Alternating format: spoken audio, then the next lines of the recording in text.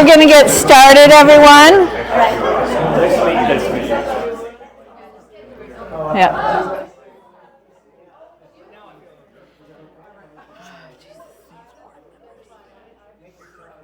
All right, everyone. Thank you and good morning.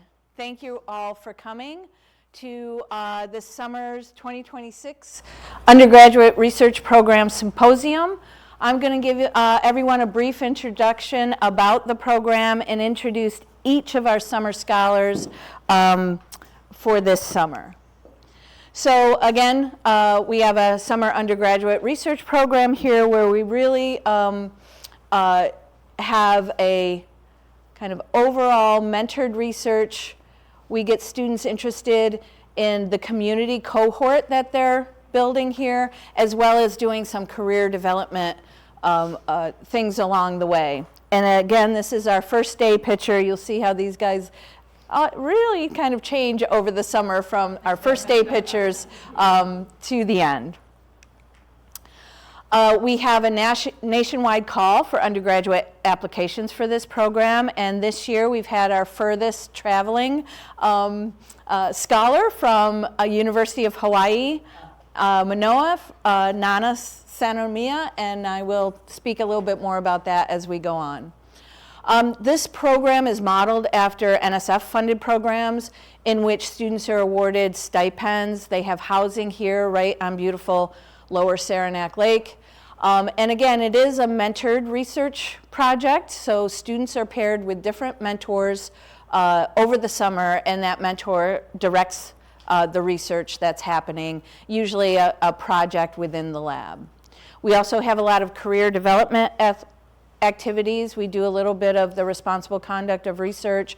We have Journal Club where they get used to speaking in front of audiences. We have a seminar series, and just this year we've instituted an ice cream social after our Journal Club, so we've gotten to taste all of the different ice cream places in the Tri-Lakes area. And so then the program culminates in this end of summer symposium and reception, and you'll see that these guys have really accumulated quite a bit of research work for the 10 weeks that they're here. And so again, the program, it's only 10 weeks, so it's pretty intensive. We've been talking amongst the mentors. We'd love at least another week or maybe a couple to get some other things done. But the week one is really an intensive schedule of biosafety training, animal training, ethics, and just learning the lay of the land in the lab and how that translates to doing the research. And then you get started with lab-specific projects, assays, reading the primary literature, preparing for those journal clubs that each person gives. And then we have a seminar series where we try to have students network with our seminar speakers over lunch and learning, again, what other investigators are doing through that seminar series. And then we start really, hopefully by week 6 and 7, we're getting our data and analyzing, but sometimes at week 10, we're doing that as well. And we're trying to finish up these experiments by, usually by a week before, so that we can practice the talks and get our talks together and practicing for today. So again, there's a lot of career development. Each person gives a journal club presentation, which is reading and talking about, discussing primary literature, and it usually has something to do with what the student is learning in the lab, so it makes it a little bit easier to learn some of these concepts and techniques in the lab. And then here's our ice cream social, and we've been to, after journal clubs, we go out and have some ice cream to kind of just get together and have a good time. Again, I mentioned all these other things, and really we need to learn time management over the summer. Again, we're learning how things work in the lab, how you think it's going to take a couple hours and it turns into 4. And then teamwork and leadership are other skills that students learn while they're here. Okay, so I'm going to briefly introduce each of our summer scholars and give a little introduction, because once we get started with the talks, I'll just basically introduce their title. So first we have Katie Lilla, She's from the University of Nebraska, Omaha, and she's part of the Scott Scholars Program there at UNO. And she was in my lab this summer, and she'll be talking about these different mouse strain-specific differences in our vaccine responses. Agya Sapkota is also from the University of Nebraska, Omaha, and she, again, members of the Scott Scholars Program. She spent her summer in Shelton Bradrick's lab learning about the host translation machinery as a way to inhibit dengue virus infection. Next is Nana Sanamiya, and as I mentioned, she traveled all the way from Hawaii. We did try to prep her on how cold it gets here, so even in the summer, so she was aware of that. Nana is a rising senior and it was in my lab over the summer looking at the effects of the conjugated adjuvant on immune responses to our influenza conserved protein. Keishan Bernal is from SUNY Stony Brook, and she spent her summer in Rama Kothapalli's lab and looking at optimizing some laboratory conditions for forming these biofilms that are associated with cystic fibrosis. So I just kind of wanted to point out, again, each student and highlight them individually. Katie, as I mentioned, Scott Scholars Program. She is a molecular and biomedical biology major there and a rising sophomore. So this was really her first biomedical research experience, and she did great in the lab this summer. Again, Nana is a rising senior at University of Hawaii, Manoa, and a molecular and cell biology major. And she will be starting her last year at University of Hawaii and hopes to go on to grad school. And so I just want to mention that basically students in my lab for the summer really have to collaborate on everything. You will hear two different talks from Katie and Nana, but I should point out that they contributed equally to both of those projects. And you really have to, together. Next is Kishi. And again, she's a rising junior at SUNY Stony Brook, and I think Kishi is like our fourth SUNY Stony Brook student here in as many years, maybe in about the last 5 years. So we do have a pipeline from Stony Brook straight up the North Wing here. She's a clinical laboratory science major there, and again, she was in Rama's lab and had help from Alex as going through her research in the lab looking at biofilm formation. And then Agya, again, is part of the Scott Scholars Program with the molecular and biomedical biology major. She's a rising junior and was in the lab with Shelton and had help from Mac in learning about the translation machinery of the host to try to inhibit this dengue virus infection. And I think this, again, points out what a great cohort we had, and they got to tour some of the things in the Adirondacks this year and went to the Wild Center and got to do some fun things together. Okay, so without further ado, I'd like to thank all the mentors and labs for allowing students to come into the lab and really championing this project that we have for the summer. I'd like to point out thanks to Lynn and Red, who really get the training done in that first week for students and get them ready to step into the lab.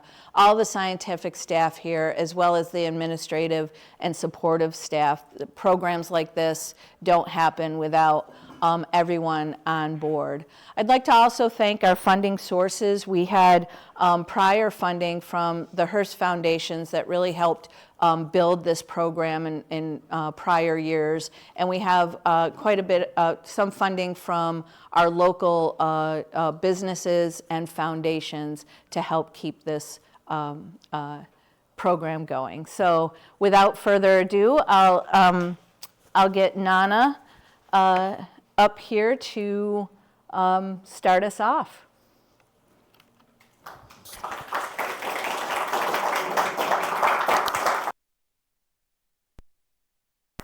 Are you going to mention about the 25-minute? Oh, yeah, good one. Thank you. I want to mention that the talks are going to be 25 minutes, and then we'll have some time for questions. So we'll keep our questions throughout their talk until the end, and then we'll have a time for questions. Good job, thanks. Okay, so our first speaker today is Nana Sanamiya, and she will talk about the effects of the conjugated adjuvant that we're using on the adaptive immune response to this conserved influenza protein. Okay, thank you, Dr. Brown, for the introduction. So I'll start with my outline. This is going to be what I'll be covering today in my talk. So I'll start with an introduction and then go into the conserved protein and conjugated adjuvant, and then look into the adaptive immunity, and then end with a summary. So I would like to start with a little background on influenza and vaccines. So the reason why we study influenza is because it is still a global health threat. It causes about 9.4 to 51 million illnesses every year in the United States alone, which adds up to about 1 billion cases globally every year. And symptoms include fever, dry cough, sore throat, and these can become much more severe in high-risk groups, such as people above the age of 65, people with chronic medical conditions, and children under the age of 5. Influenza is also highly communicable and spreads easily. So to protect ourselves from influenza infection, vaccination is crucial. So this is the basic structure of an influenza virus. It has hemagglutinin here, HA, and neuraminidase, NA, on its surface. So HA is used to attach to the host receptor sialic acid for entry into the cell, and NA is required for releasing the viral progeny. So the M2 protein shown here is a transmembrane ion channel that allows for transportation of hydrogen ions into the virus, causing acidification to release the viral genome into the cellular cytoplasm. So the M2 protein has an ectodomain, which is the section expressed here on outside of the virus, or the surface, which I will talk about a little more later. Influenza has nucleoproteins, or NP, attached to its single-stranded negative sense RNA genome, and they have important roles in viral replication. So HA and NA undergo high rates of mutation, while M2E and NP are highly conserved across influenza strains. So seasonal influenza vaccines can be trivalent or quadrivalent, meaning they contain antigens from 3 or 4 different influenza strains, 2 influenza A strains, and 1 or 2 influenza B strains. So these target strains are chosen based on different factors, including surveillance conducted in various countries. So there's different types of influenza vaccines: inactivated, recombinant, and live attenuated. So the standard influenza vaccine is an inactivated vaccine created using eggs to grow the virus, and because they're inactivated, they cannot replicate in our cells. And only one of these inactivated vaccines contain an adjuvant.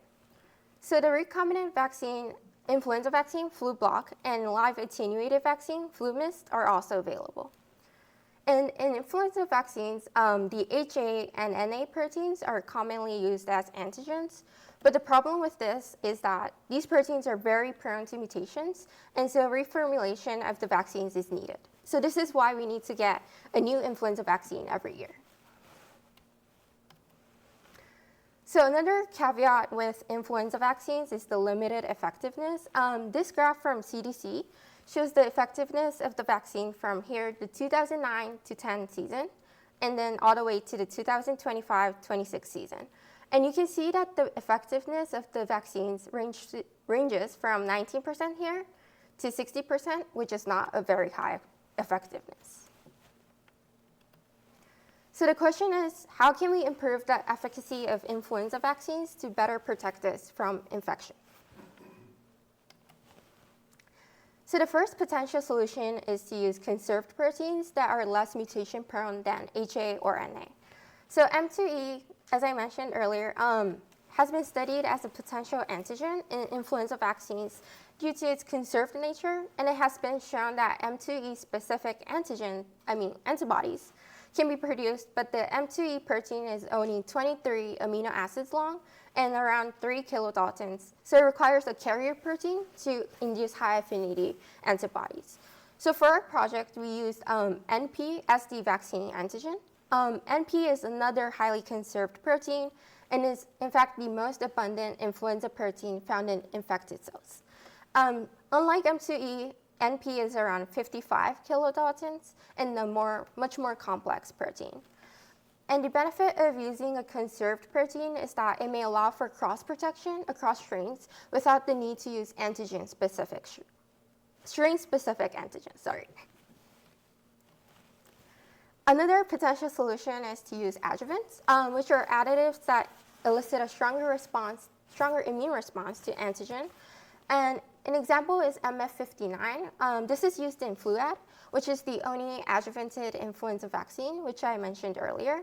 So Fluad is for people over the age of 65, and it has been shown that Fluad vaccination results in less influenza-related hospitalizations compared to standard non-adjuvanted vaccines.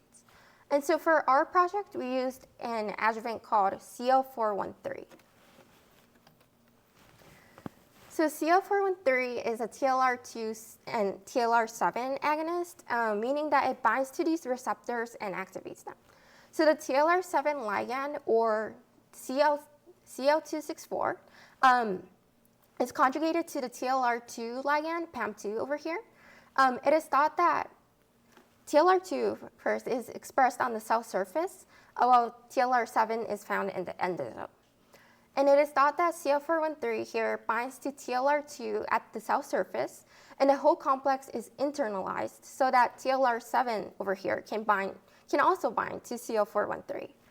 So the activation of TLR2 and ultimately leads to the activation of transcription factors, most notably NF-kappa B over here, which promotes the production of inflammatory cytokines like IL-6 and TNF. On the other hand, activation of TLR7 results in the activation of the transcription factor here, IRF7, which induces production of type 1 interferons like IFN alpha and IFN beta. So these cytokines have antiviral roles and inhibit viral replication. And these TLRs are typically expressed by innate cells, such as the dendritic cell shown here. And when the TLRs get activated, it leads to the maturation of these dendritic cells, which now then become capable of activating adaptive immune cells like this T cell shown here.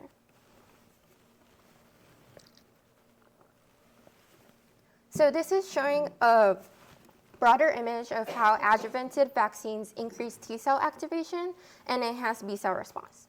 So after the dendritic cells become mature by the TLR activation, as we just saw, they travel to the draining lymph nodes where they activate T cells through binding of the specific receptors shown here. Also, the cytokines released by the dendritic cells control what type of helper T cell the CD4 T cell is going to differentiate into. Then the activated CD4 T cells provide directions to the B cells on what antibodies to produce.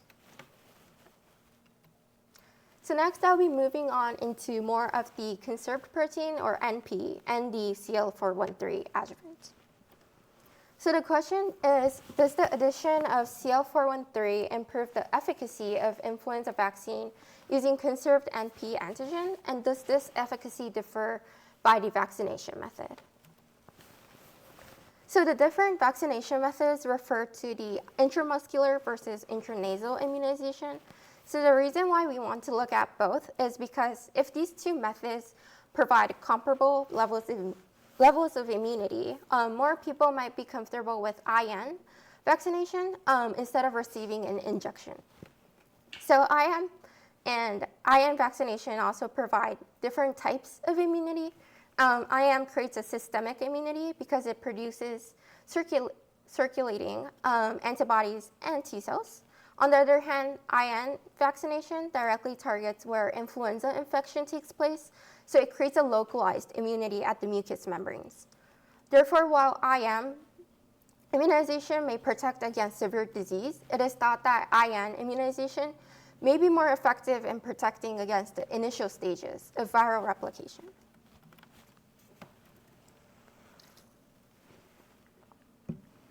So shown here is the experimental design of a previous study done by the spring 25 semester students.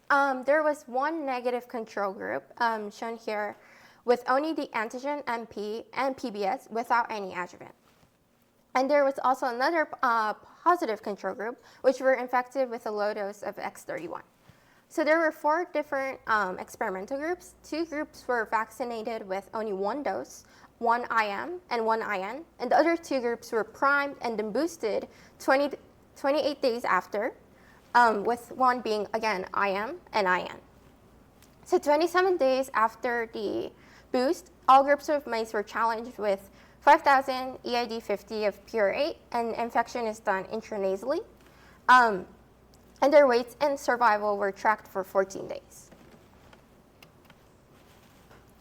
So this is the survival probability from the experiment, and this shows the percentages on the y-axis, and then the days post-challenge on the x. So the legend shows the different groups that I just mentioned, and we can see that the negative control showed no survival, and they received no adjuvant. In contrast, the positive control group, shown in this gray bar, resulted in 100% survival. And then when the mice were vaccinated with IM prime only, the survival probability was at 50%, but this increased to 90% when they were boosted. But interestingly, we can see that for the IN vaccination method, both the prime only and prime boost resulted in 100% survival. So now I'm going to talk more about the adaptive immunity. So we saw that vaccination with CL413 increases survival in the mice, but we were now curious about how CL413 and the vaccination method, IM versus IN, affect adaptive immunity. So this shown here is the experimental design for our project this summer, and it's very similar to the one from the previous study that I just showed. So again, there's 6 groups of mice, 1 negative control group that did not receive the CL413 adjuvant, and 1 positive control group that received a low dose of X31. So 2 groups were vaccinated intramuscularly, with 1 group receiving only 1 dose, and the other receiving a second boost vaccine 3 weeks after the prime. The other 2 groups were vaccinated intranasally, with one group being primed only, and then the other receiving a boost vaccine, again, 3 weeks after the prime. Also at 3 weeks, the blood samples were collected from all groups to obtain the serum. And then 4 weeks after the boost, these mice were challenged with 5,000 EID50 of PR8, and the serum was also collected after 4 weeks to look at the antibody responses to these vaccines. So here's a little bit of a refresher. Earlier, I talked about how CL413 activated dendritic cells activate T cells that then help B cells produce high affinity antibodies. So this visual is showing an interaction between a B cell and a T cell. So the cytokines produced by the T cell influence the antibodies that are produced by the B cell. So Th2 cytokines like IL-4 promote B cells to produce IgG1, and Th1 cytokines like IFN gamma promote the B cell to produce IgG2A antibodies. So IgG1 is detected earlier in the immune response, while there's a shift to IgG2A, especially after the boost vaccine. So to look for these IgG1 and IgG2A antibody responses, we used an assay called an indirect ELISA. So indirect ELISA detects antibodies specific to an antigen. So this image shows the overall process, which starts with coating the 96-well plate with an antigen. And for our project, we used either NP or purate. Next, we add the mouse serum. We collect it to the wells, and if the serum has antibodies specific to the antigen, the antibody will bind like shown in this picture. And then next we add a secondary antibody which binds to the first one in the serum. So if you're looking specifically for IgG1 antibodies, we use an anti-IgG1 antibody attached to an HRP, which is an enzyme, and this antibody will bind to this one if this is IgG1. Lastly, we add TMB, which reacts with HRP to produce a color proportional to the amount of antibody bound. So this graph shows the results of an ELISA using the serum collected at 3 weeks against testing for IgG1 against NP. So the y-axis here shows the endpoint titer, which is the highest reciprocal dilution at which antibody is still detectable, meaning the higher the endpoint titer is, the more antibody present in the serum. So the legend here shows the different groups we tested with. So the serum was collected at 3 weeks again, so the groups have not been boosted yet. So we don't see any differences between the prime-only groups here and the prime-only groups here and the prime boost groups here. We do see higher IgG1 responses in the IN adjuvanted groups compared to the IM, especially with the IM prime boost groups because we have significance here. This graph shows the results of an ELISA again, but now using the serum collected at 7 weeks and tested for IgG2A against NP. So the groups are, again, the same, but now they have been boosted. And we see slight increases in the mean when the mice received the boost vaccine for both IM here and IN. But because we had variability in the points, we did not reach significance. Next, this graph shows the results of an ELISA using the same serum collected at 7 weeks, but now tested for IgG2A and then against PRA. So here we see an increase in the anti-PRA IgG2A response when the IM group received the boost vaccine, but we did not see as much of an increase for the IN group.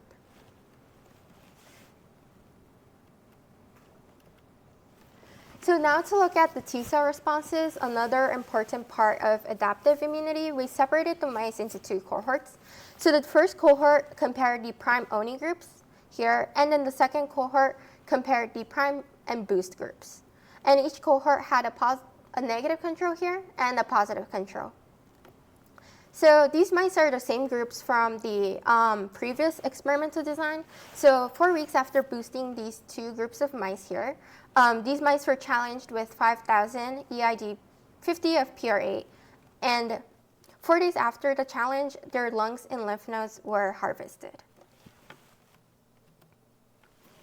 So we did cell staining to identify specifically CD44 high, CD69 positive T cells producing IFN gamma to look at antigen experienced T cells. So the cells from the lungs and lymph nodes were stimulated with these specific epitopes. So NP 147 to 156 is the CD8 T cell specific epitope, and NP 216 to 230 is the CD4 T cell specific epitope. And then these cells were treated with a Golgi block or protein inhibitor so that the Golgi apparatus does not secrete the proteins or cytokines outside the cell. Then the cellular components are fixed into place, and the cell is permeabilized by making holes in the membrane so that these fluorescent antibodies can enter the cells and bind to the target cytokine, for our case, IFN gamma, and the cells undergo flow cytometry.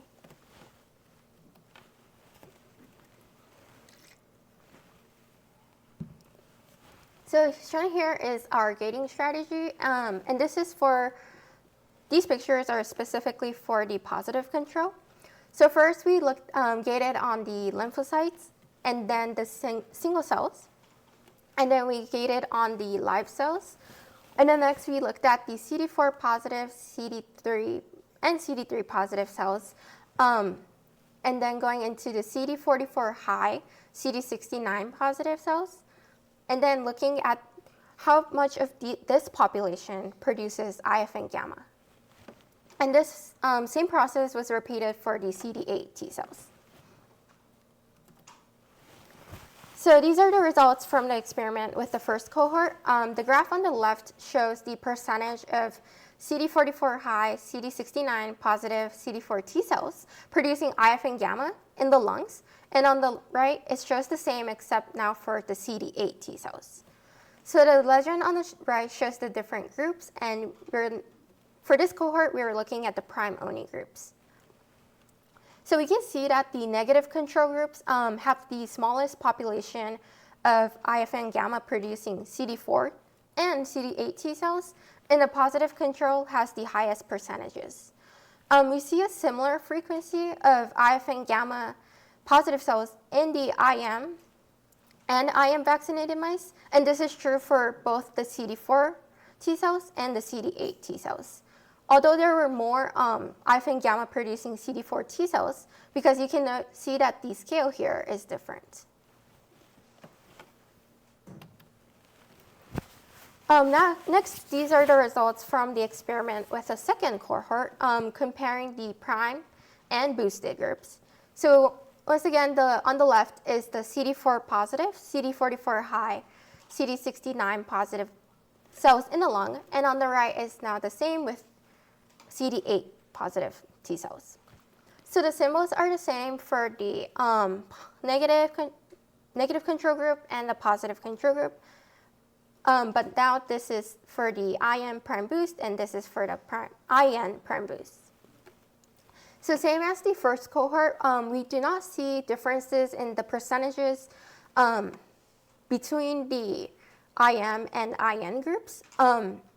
We also see, again, less IFN gamma producing CD8 T cells in both the IM and IN vaccinated mice because, again, the scale for the y-axis here is different. Now I would like to go into the summary and future directions. So for the summary, so CL413 increases survival compared, especially when delivered through IN vaccination. We saw this from the Spring 25 data.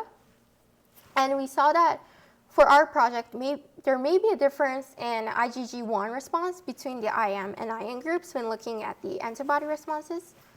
We also saw that IgG2A class switching is higher in prime boost groups against NP, but only the prime boost for the IM group gives high antibodies to PR8.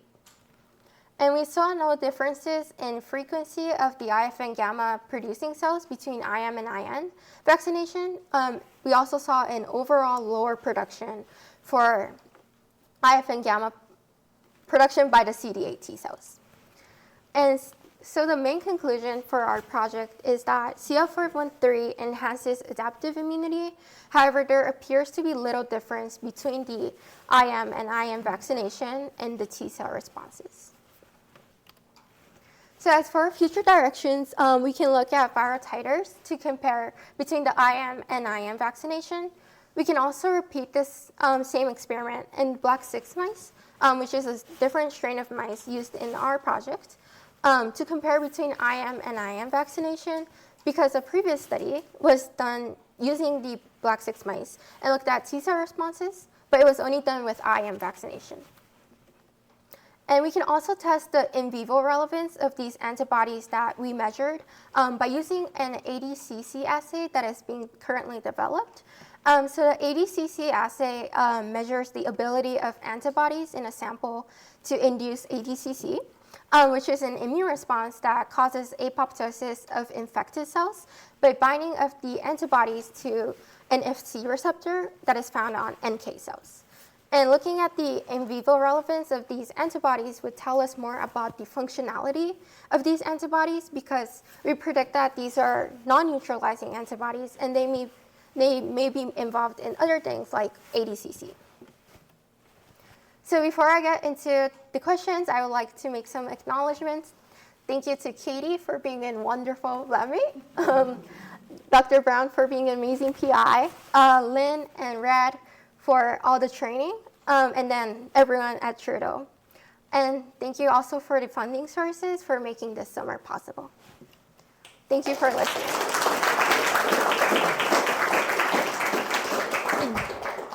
We'll open the talk for questions. Yes. So I have a question about your antibodies, and this is more like a future direction kind of question. So specifically for your IM vaccinated group, have you thought about looking at mucosal IgA? I did read papers on it, but that could be another thing to look at, because for our project, we only looked at IgG1 and IgG2A, especially for the CL413 adjuvant. Along those similar lines, again, you mentioned that IgG1 is one of the first antibodies to be made, but actually, what's the first antibody to be made during the immune response? In the immune response? IgA? No, it's IgM, right? Oh. So IgM is the first antibody that's produced. Did you happen to measure IgM levels to see if there was any effect on the earlier levels of this, again, first antibody that's produced by your B cells? Sorry, could you repeat the question? Well, I said, did you measure IgM as again, in your assay to look at, what happened after your vaccination with, again, this very early, but somewhat important mediator of protection? We did not measure for IgM. What's the advantage of IgM versus IgG? Do you know? Is IgM? Oh wait, no. It's bigger. It's like there's like a pentamer. Yeah, so it forms into a pentamer, which allows for increased binding, right? And sometimes a higher propensity to clear, especially the viral infection, a little bit earlier on, while you're developing maybe more specific IgG responses. Yes.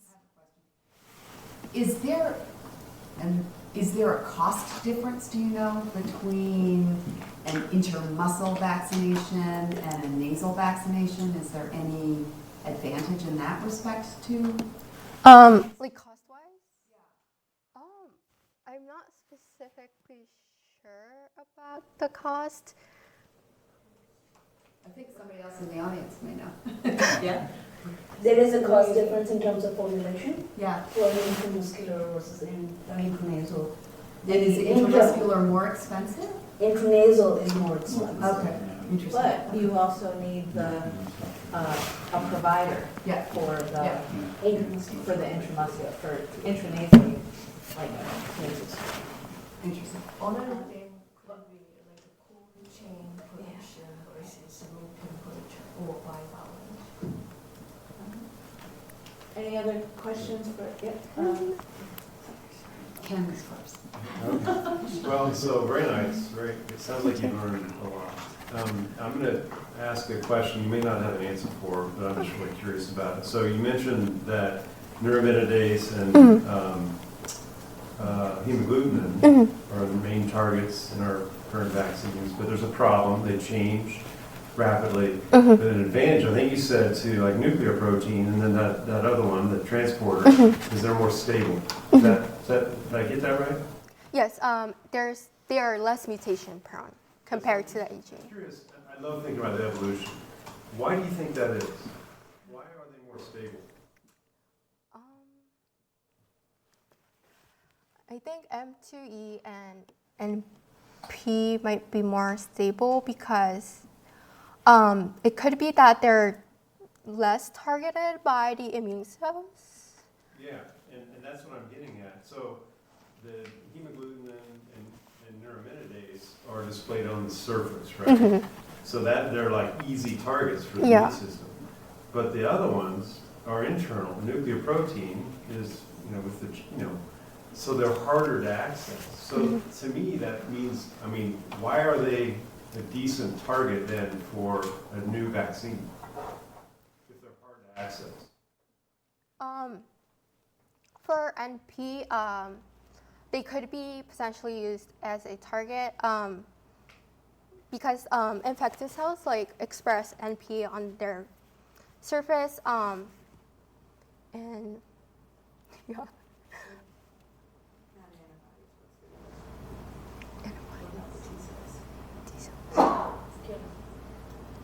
Like the cytotoxicity. Told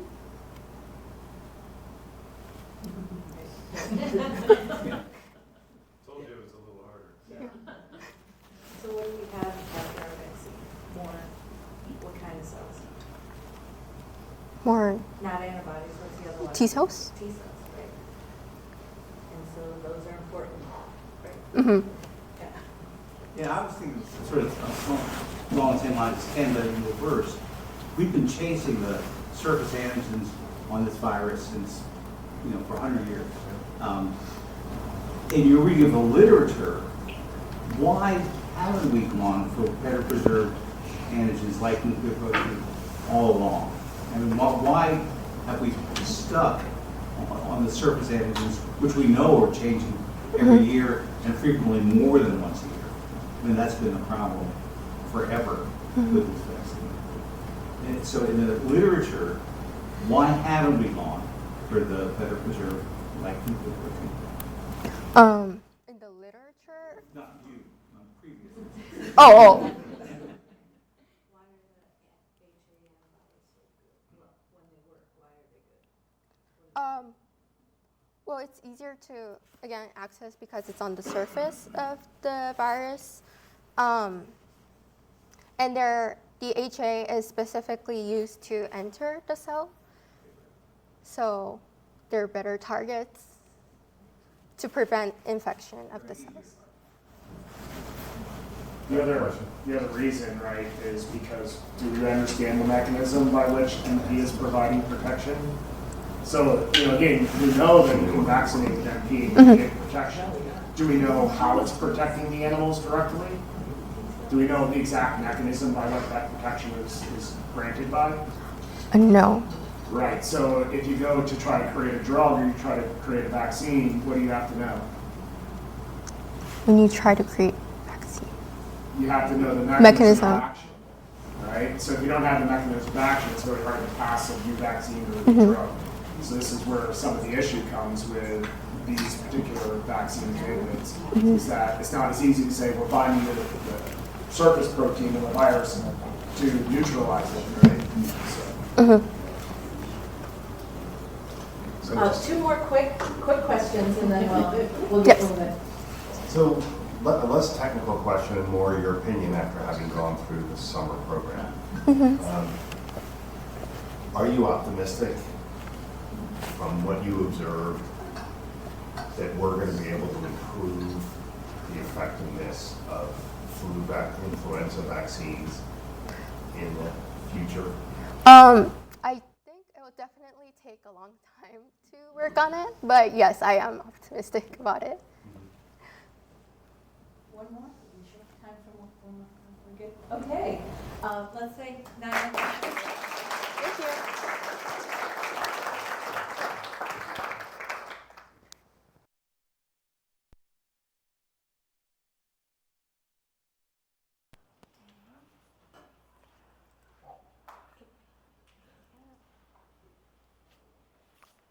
Our next talk is by Katie Lilla, and she, again, was in my lab for the summer, and she's going to talk about the mouse strain-specific differences in our vaccine responses to influenza.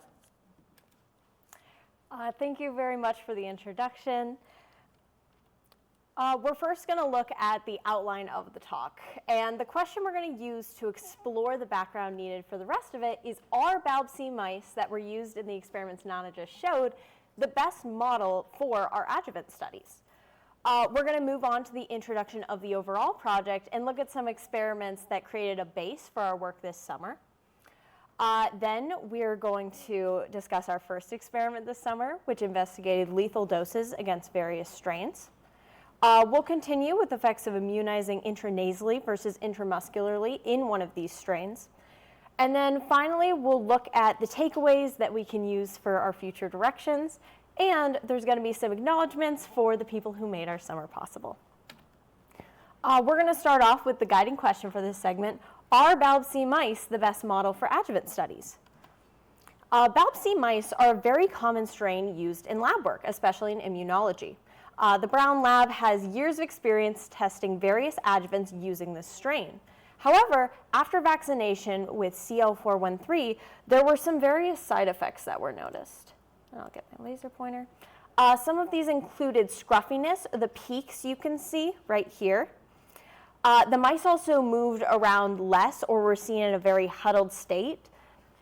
On the other side, you can see erythema here, or the color change at the leg with the injection site. And you can also see the swelling created. All of these side effects are signs of inflammation. But at this point, everything I've mentioned is very subjective. So after I talk a little bit more about inflammation, we'll talk about what was done to make these observations more objective. Starting off, there are different types of inflammation, but since the data we collected focuses on the first week or two of symptoms, acute inflammation is the most appropriate to attribute these differences to. The process of inflammation first starts with an immune cell storm, which occurs including macrophages, neutrophils, and eosinophils, which rapidly infiltrate the affected tissue in response to danger signals. This is then followed by erythema, or redness, which results from vasodilation or increased blood flow. Next comes edema, which is swelling caused by fluid acclimation from increased capillary permeability. And this chart here pairs a symptom we noticed to its biological reason for happening as a result of inflammation. And this shows that while inflammation itself is an objective biological process, the symptoms can be observed subjectively. As a result of these observations, the spring 2025 semester cohort developed this clinical scoring system to make the process of classifying these symptoms more objective. Within the system, each of the symptoms are rated from 0 to 3, 0 to 4, or 0 to 5. We monitor pain through the scruffiness level, loss of function through both less movement and also favoring one leg or a limp. And then to measure these three, you pick up the mouse and you can see and compare the leg stiffness, you can compare the swelling, and you can compare the color. Additionally, sometimes we use a caliper to measure swollenness to add more objectivity. We've discussed side effects, and a better title for the slide would be, are side effects considered harmful or helpful? And like a lot of things in immunology, a Goldilocks is preferred. If the side effects are too strong, the vaccine might end up being worse than the disease, which if our eventual goal is for humans to have a better vaccine, people just won't take it. So it means that our work doesn't mean that much. And it may also impede the vaccine's efficacy. Additionally, if the side effects are too weak, it may mean that the vaccine just doesn't work. It could also mean that it is working, just not enough to provide protection, so our dosing is too low. By studying the difference, so far we've only discussed BALB/c in this presentation, but there was another strain Nana mentioned at the end of hers, known as Black 6. When looking at Black 6's reaction to our CL413 adjuvant, it was noticed that they had a lesser reaction. So we're going to study the differences between these strain side effects and compare their vaccine-induced immunity to learn more about how the side effects are impacting our vaccine's efficacy. And here you can see two charts looking at the aforementioned strains of mice, including the black 6 mice and the Balb C mice. A two-way ANOVA was run, and significance was found regardless of dosage in the first couple days, with Balb C mice having higher clinical scores when compared to black 6 mice. You can also see at the bottom that both of the mice were used as controls here, so we know that our adjuvant is what's causing the side effects, not simply the injection itself. These results fueled interest in further exploring the role that inflammation had in providing protection, which led to expanding outside these two strains of mice. This brings us to the mice that we used in this summer's work. We used 3 different strains, including the Balb C mice, the black 6 mice, and a first-generation cross between the two, Balb C black 6 F1, which we'll refer to as F1 mice for this presentation. The 2 parent strains, Balb C and black 6, are highly inbred, meaning that individual mice within a strain are genetically nearly identical. While each strain is genetically uniform internally, the strains differ substantially from one another. One key difference between these two that's especially noted are their immune biases. Immune bias refers to a skewed or preferential immune response towards certain types of immune cells, signaling pathways, or effector functions. These mice are known to have immune biases specifically for different types of helper T cells, which produce different cytokines. Balb C mice are known to have a bias towards type 2 helper T cells. Th2 cells assist with humoral immunity, which defends against extracellular invaders, which include toxins, allergies, and parasites.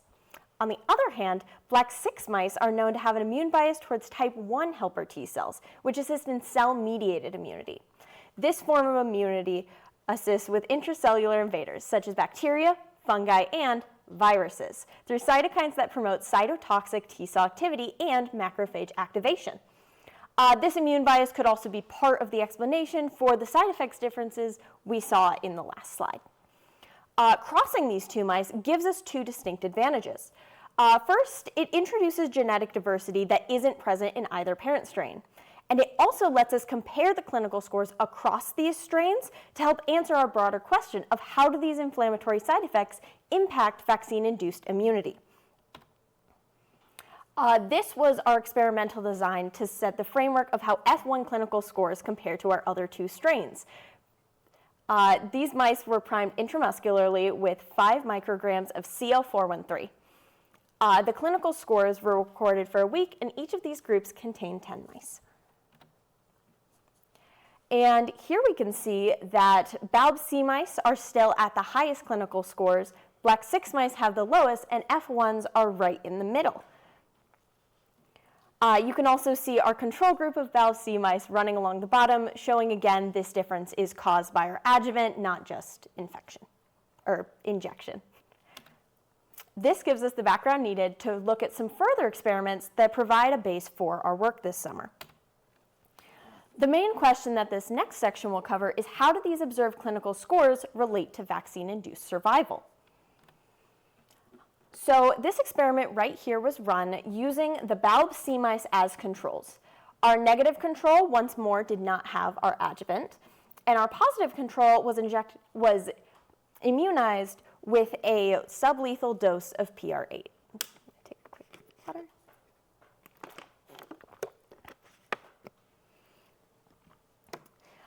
Both the black 6 and F1 mice were both primed and boosted, but the Balb C mice were only primed here.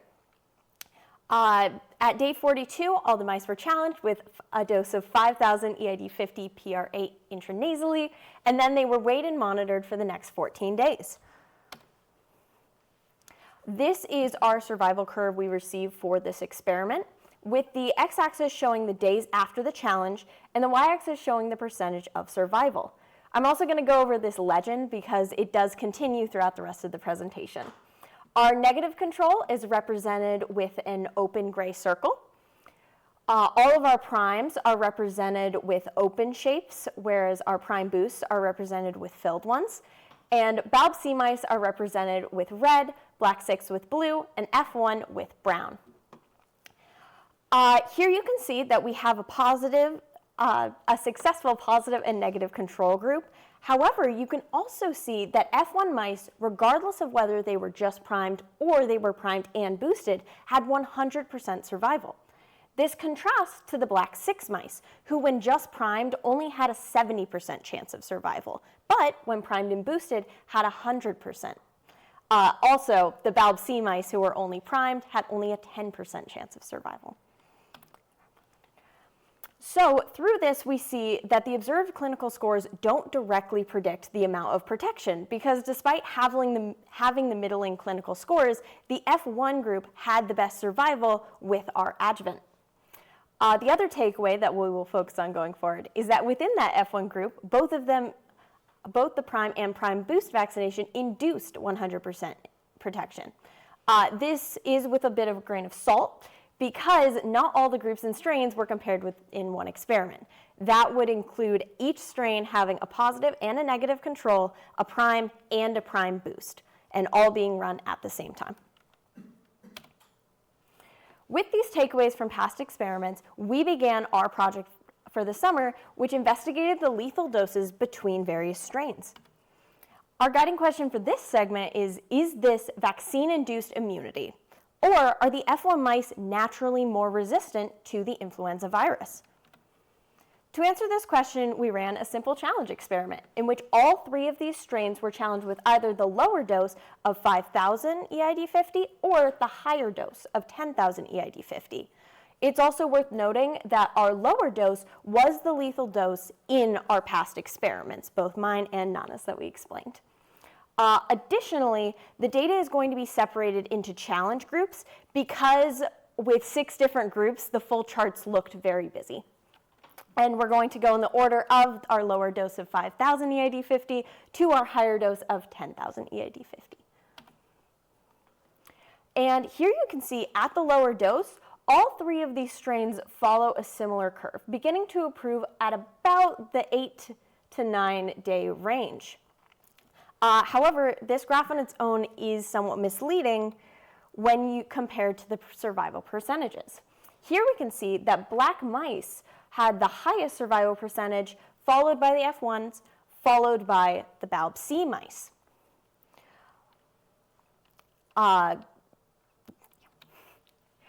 Looking at the higher dose, we can see that there are similar weight loss slopes at 10,000 EID50.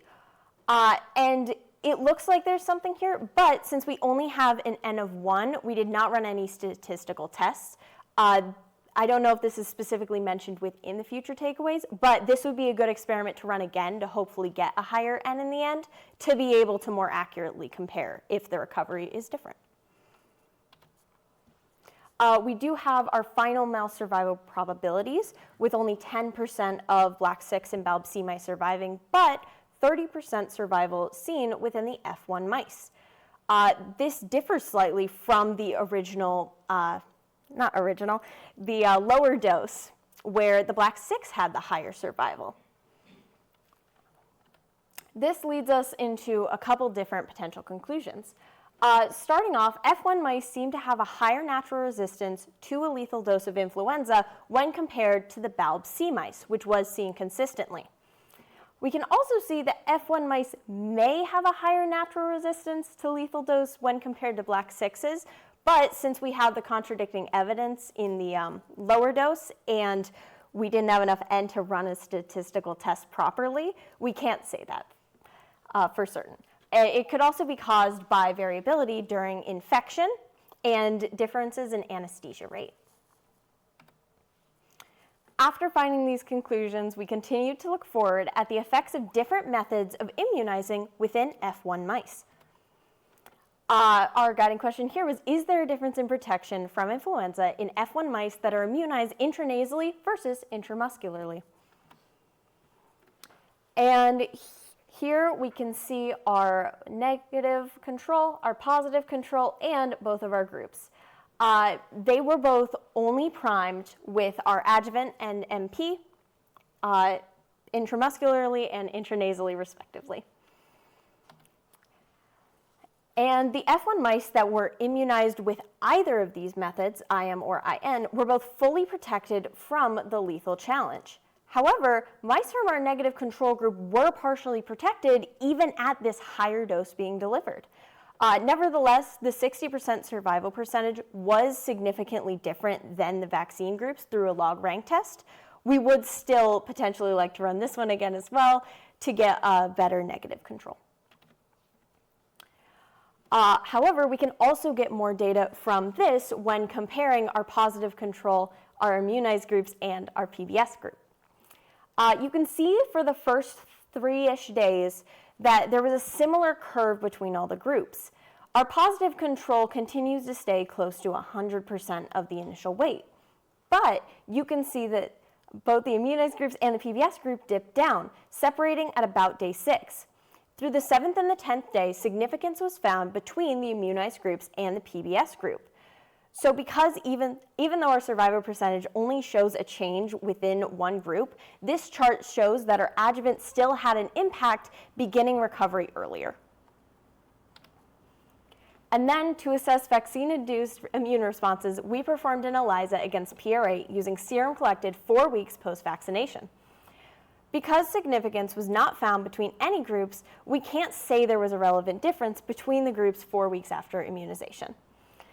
This does, however, help to answer our original question, which asks if there is a difference between intramuscular and intranasal immunization. Based on our survival numbers, weight percentages, and our ELISA, there was no difference seen between these two groups. Finally, we're going to talk about our takeaways of the discoveries from these experiments, potential future directions to go in, and acknowledgments of the people who made this summer possible. From this, we can see that the adjuvant is consistently more effective than simply NP and PBS. Through experiments, there is higher survival and earlier recovery when it is utilized as opposed to when it is not. We can also see that F1 mice seem to have a higher natural resistance to influenza as compared to BALB/C mice. Additionally, inflammation seen during vaccination doesn't seem to predict vaccine efficacy based on our middle and clinical scores, and F1s consistently having very high rates of survival when they are given our vaccine.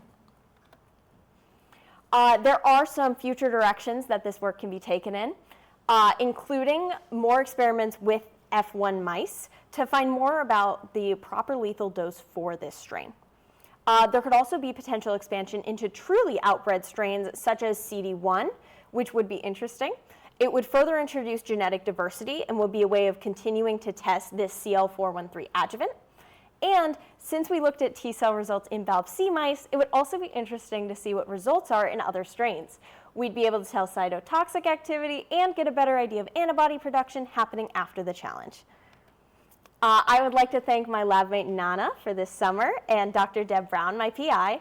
Also, thank you very much to the Scott Scholars for assisting me in my application. I would like to thank Lynn Ryan and Red for helping with my training in the first couple weeks, and the rest of the Trudeau Institute staff who were so welcoming and kind the whole time, and also the funding sources that made this possible.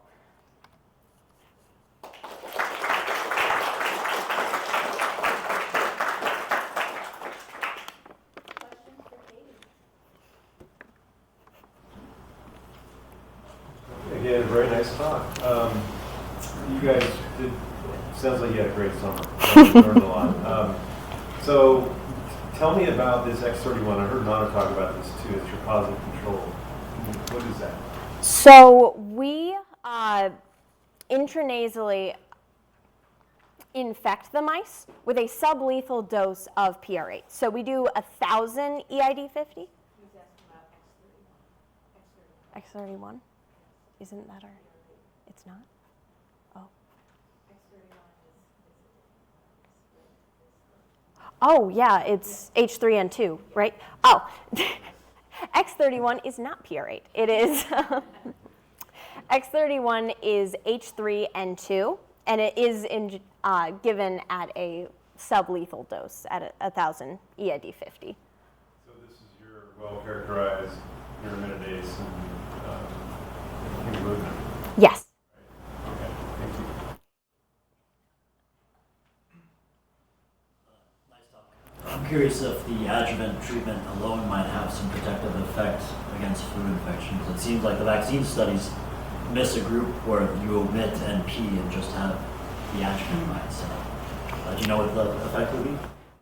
I'd like to, have we done experiments on this in the past? A long, long time ago, when we first started this adjuvant work, we had groups, and you're right, and we go to the 3 to 4 week before boosting, and then because within the first 2 weeks, there's still, especially if you deliver it IM, there's still some inflammatory effects of adjuvant delivered IM. So we have done those, and the amount of time we wait kind of gets that initial inflammatory response down before, and forms memory before the challenge.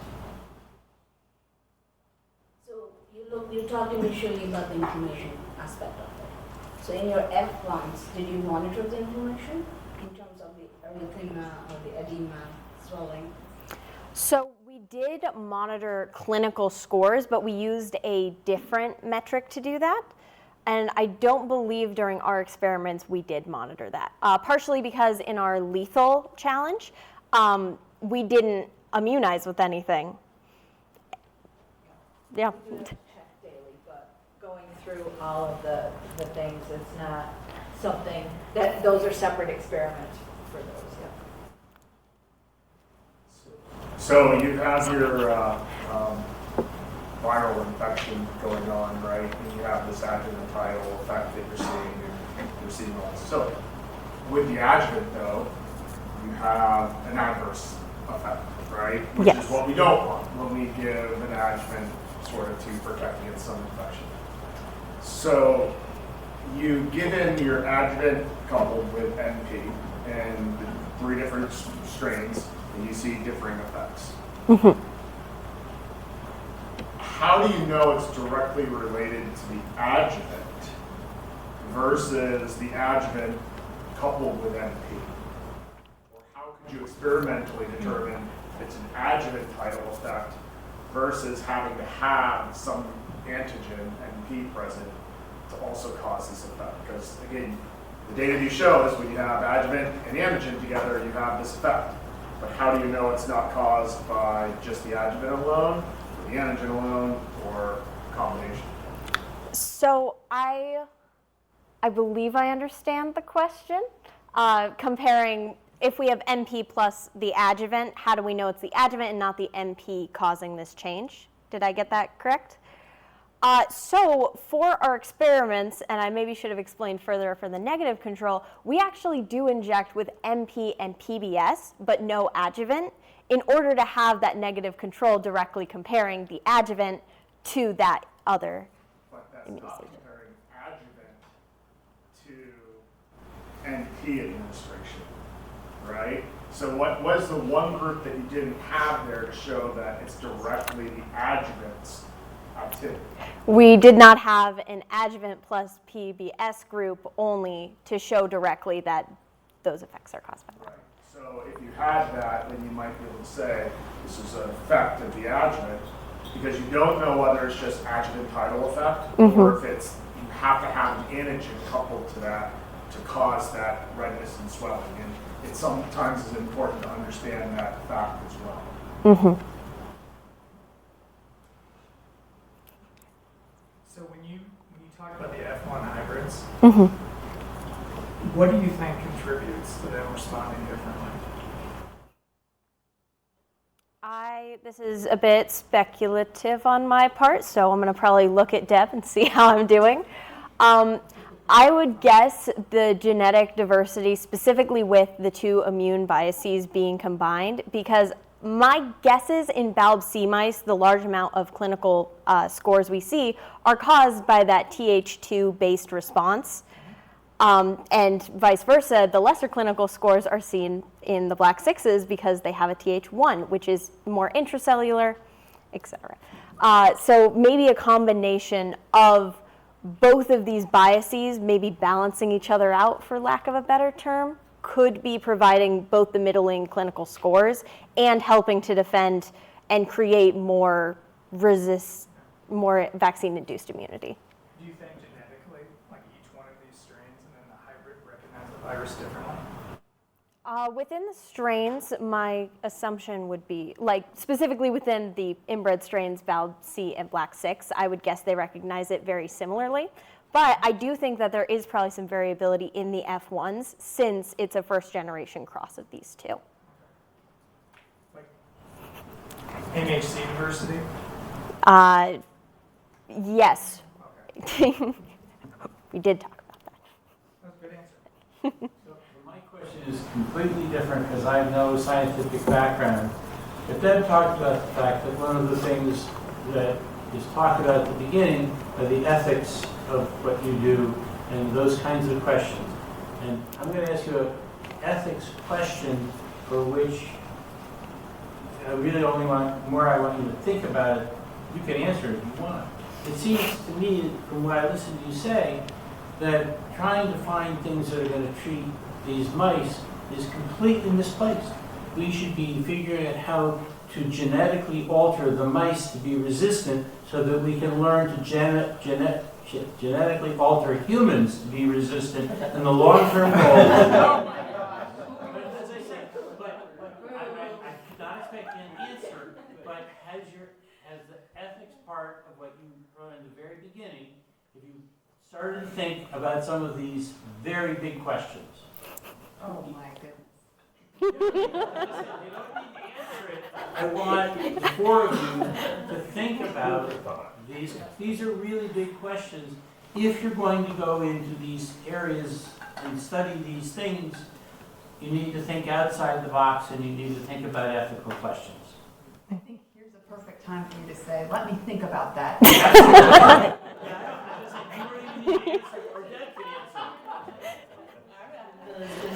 That's a little sticky. But I mean, I think, yes, It's been done, right, already? There's the Chinese scientists. oh, who, yeah, let's not even start that. And as I recall, it did Look not what go over happened. very well. Any other questions? Always bothered me. So, say Black 6, TH1, BALB-C, TH2. Yep. But is that really the case when you give these adjuvants and antigen coupled together? Is there a true difference between the BALB-C and Black 6 in terms of the cytokines and chemokines that they're producing in response to your adjuvant and antigen? I can answer that question with what I know so far, which is that Dr. Brown does not like the TH2, TH1 dichotomy. It's especially because we do, I believe in especially Nana's experiments, in the BALB-C mice, we see TH1 responses and TH1 like cytokines within the BALB-C mice. So it is not a direct dichotomy, and that's from what I know, but I think the question might go a little deeper. So how can you prove, knowing you had all summer to learn all sorts of stuff about immunology, how could you necessarily set up an experiment to see if there's a difference between the two strains as it relates to your specific vaccine? Would that be further T-cell testing and functional assays to see if they're producing some of these different cytokines attributed with the various TH biases? That's the endpoint of where these cytokines lead to is the T-cell response. So what comes before that? Not adaptive immunity, but... Oh, innate immunity. So what are you going to measure from innate immunity then to sort of look at that? Can we measure the IgG-M antibodies you mentioned? T-cells that you're in, that's your adaptive, so go back to innate. Dendritic cells. Macrophages, what do they produce? I'm sorry, this is not. You can look at the chemokine and cytokines that your innate immune cells are producing in response to your vaccine, and then measure the two against two different strains to see if there's a difference, right, in the induction of a TH1 response to know if it's strictly a TH1, TH2 paradigm. And we have that serum we have serum day 1 serum in the freezer. Just have to get those done. All right, let's thank Katie again.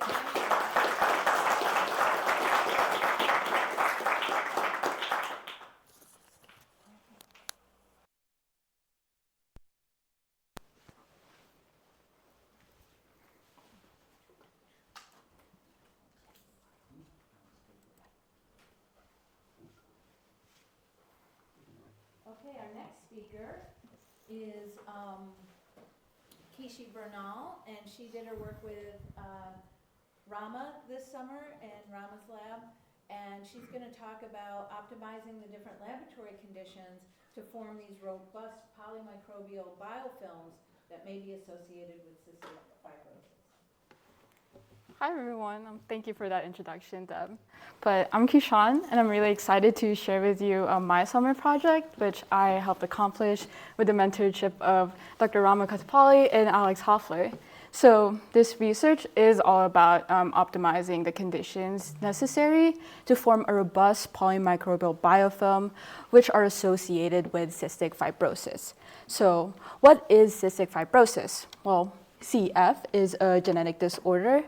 It is more specifically an autosomal recessive disorder, and about 105,000 people are diagnosed with CF across 94 countries, making it a rare but progressive disease. The clinical symptoms of CF can affect various organ systems. However, it is usually in the respiratory system where symptomatic disease manifests. It is characterized by a mutation in the CF transmembrane conductance regulator, or CFTR. Normally, this CFTR helps facilitate the transport of chloride ions onto the epithelial surface, where it attracts water molecules and thins the mucus layer. However, in a mutated CFTR, there's not much transport of that chloride ion, which results to that buildup of mucus. So because of this increased level of mucus, it provides an ideal environment for pathogens to colonize and form biofilms. Biofilms are more associated to pathogenic bacteria and its negative impact, which results in a prolonged disease state. Biofilms are defined as a three-dimensional structured microbial community, where bacterial cells are embedded in this matrix that's formed by extracellular polymetric substances, or EPS. So it is essentially made up of extracellular DNA, polysaccharides, and structural proteins. And being embedded in this matrix, this actually contributes to the antibiotic resistance of the pathogen, making it difficult for drugs to permeate and reach the bacterial cell. It also helps them evade phagocytosis, and it is an area where intracellular communication, such as quorum signaling, can take place. So what we are interested in is looking at 3 different cystic fibrosis pathogens, all of which are capable of forming biofilms. So puruginosa in particular, which is isolated in more than 50% of CF patients, this is considered to be a dominant biofilm pathogen. So it is really good at forming viscous and strong biofilms.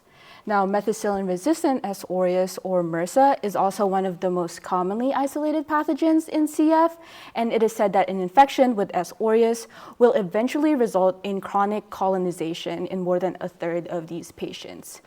Now, M. abscessus is a newer emerging pathogen of interest, and it is referred to as an atypical CF pathogen. So what does atypical mean? Well, if we look at Pseudomonas and MRSA, their median age of first infection is around 5 to 10 years old, which is really early on into that CF patient's life. However, when looking at M. abscessus, which is a non-tuberculous mycobacteria, the median age is 26 years old. So because of the increasing effectiveness of CFTR modulator therapies, more than 50% of the CF population are now over the age of 18 years old. So once they're older, they travel more, they get exposed to newer environments. So this allows them to be introduced to a pathogen like M. abscessus. It also has a rough and smooth morphotype, with rough being associated to be more virulent because of its capability to escape phagocytosis. So that is what we know about these pathogens individually, and here are some previous studies which explore their interplay. So first focusing on Pseudomonas and MRSA, normally we see that they are mutually antagonistic, hence this negative sign here.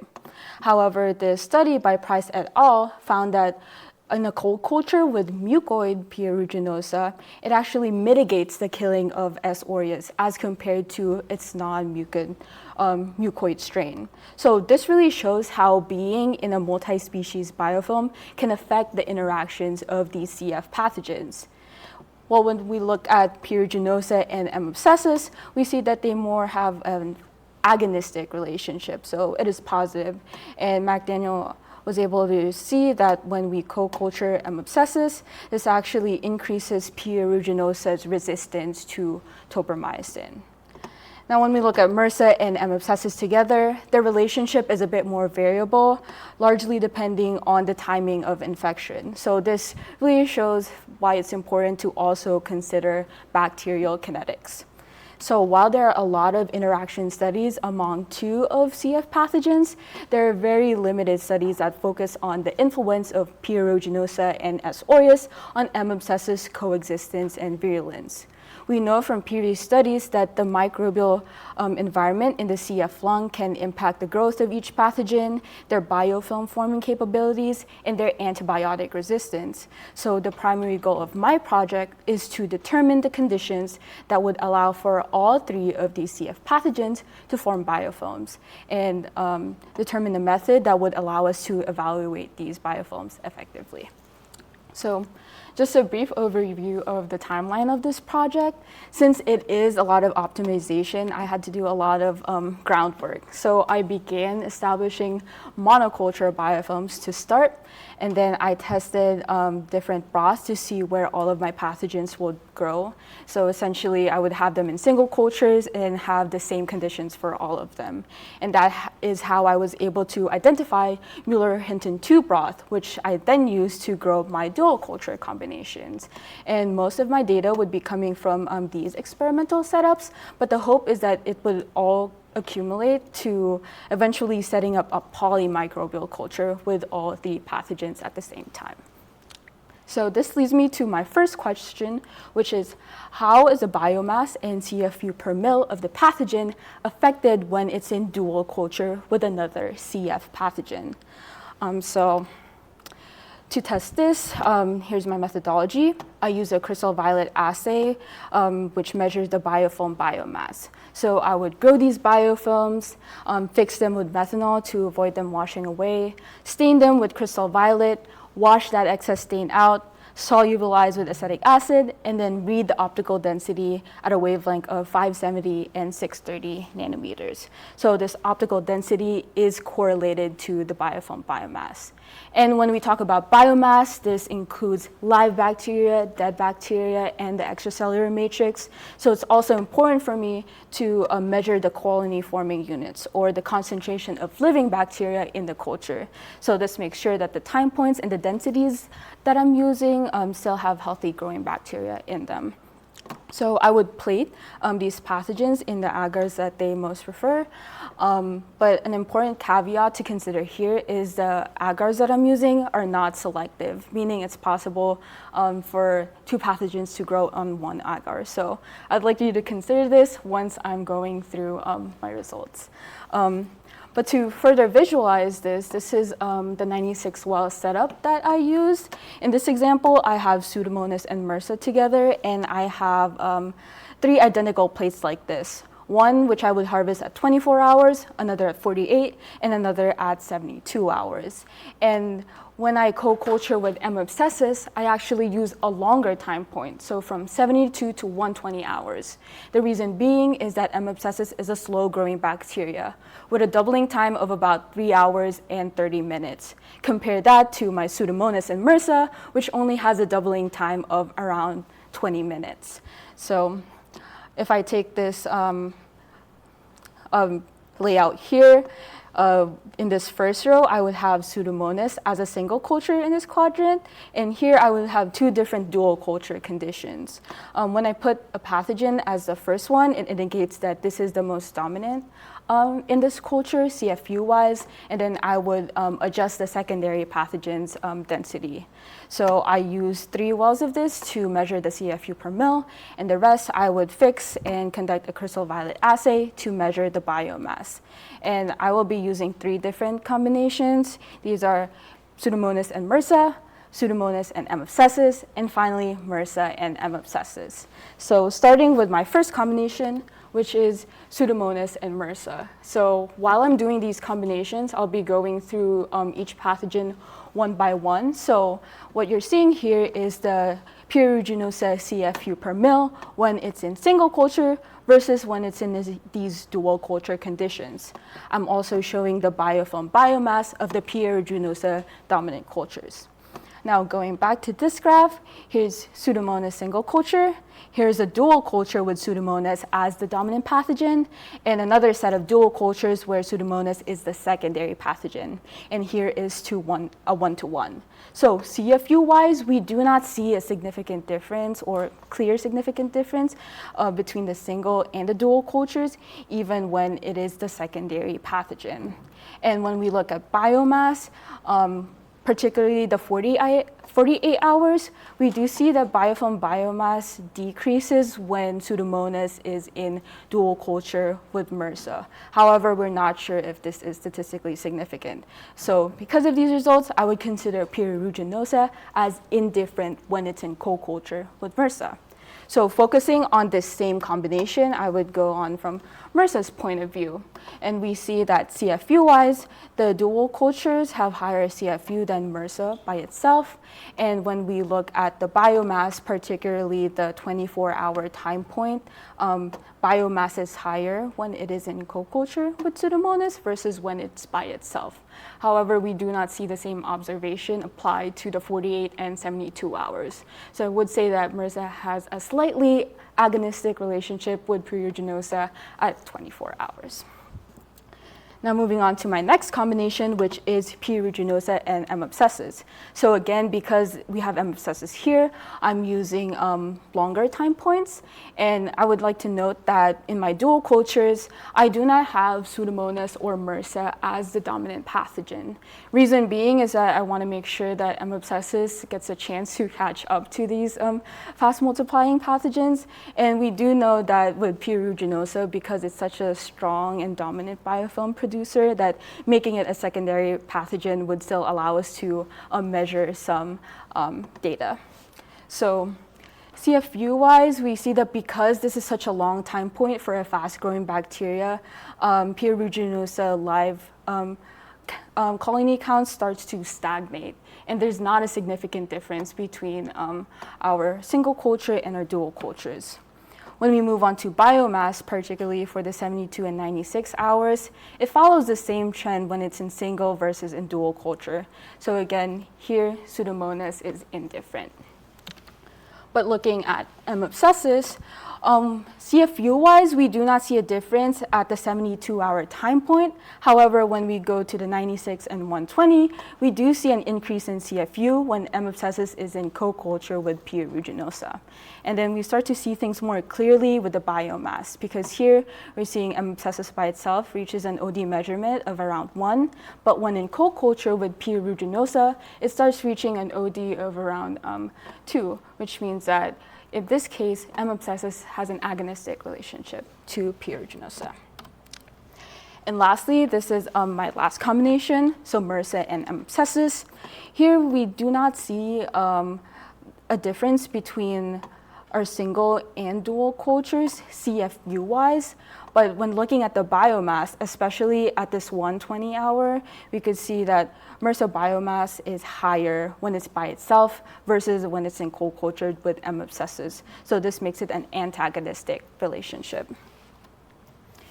And now looking at M. abscessus point of view, from the CFU, we're able to see that M. abscessus is higher than in dual cultures in all 3 of the time points. And unfortunately, I'm not able to confirm this for the biomass assay because I was not able to replicate that M. abscessus only control. However, CFU-wise, this also suggests an antagonistic relationship. So this leads me to my next question, where I'm curious about finding out what is the spatial distribution of these pathogens when they're in their polymicrobial biofilms. So to visualize this, I did gram staining and bright field microscopy. So gram staining helps differentiate between gram-negative and positive bacteria, and microscopy, in particular the 100x objective, helps us visualize the morphology. So what I expect to see is that for Pseudomonas, which is gram-negative and rod shape, it will be stained pink by safranin, and for S. aureus, which is gram-positive and sphere shape, it will be stained purple by crystal violet. So this is what my setup looks like. This is a 12-well plate, and I'm inserting a glass cover slip into that plate and adding a 1 ml culture so that when it incubates, the biofilm grows directly onto the surface of that glass slide. So in this example combination, I'll have different densities of Pseudomonas, different densities of M. abscessus, and when in combination, I'm trying to see them in different ratios. So I would incubate this plate at 72 hours, fix it overnight with methanol, and gram stain them, and then mount them onto a glass slide, which would help with the 100x oil immersion. So first, I would like to show the results of these pathogens individually so that you guys have a good reference of what they would look like when they are in dual culture. So for Pseudomonas, this is a 5E2 CFU per ml culture, and the 20x is actually really cool because we see this biofilm kind of rip, and I'm looking at this part in particular where the biofilm folds onto itself. So when we're looking at it at 100x, we see our rod-shaped Pseudomonas stained with pink, and this more denser biofilm sheet here. So that's what a Pseudomonas biofilm would look like. Now moving on to my MRSA at the same concentration. MRSA likes to form these patches, and they would have denser areas in the middle, which sort of shows that the bacterial cells like to pile on top of each other. That's why we see this darker color here. And we're also able to see its spherical shape, which is great. Now, moving down to M. abscessus, if you recall, I did not show what I expect to see for M. abscessus. And the reason is M. abscessus does not stain well with crystal violet or safranin. The reason being is that M. abscessus has this mycolic acid layer that's difficult to penetrate with the dye. So what you're seeing here is a crystal violet shadow staining. So you could see lightly stained M. abscessus, and you'll see its cord morphology.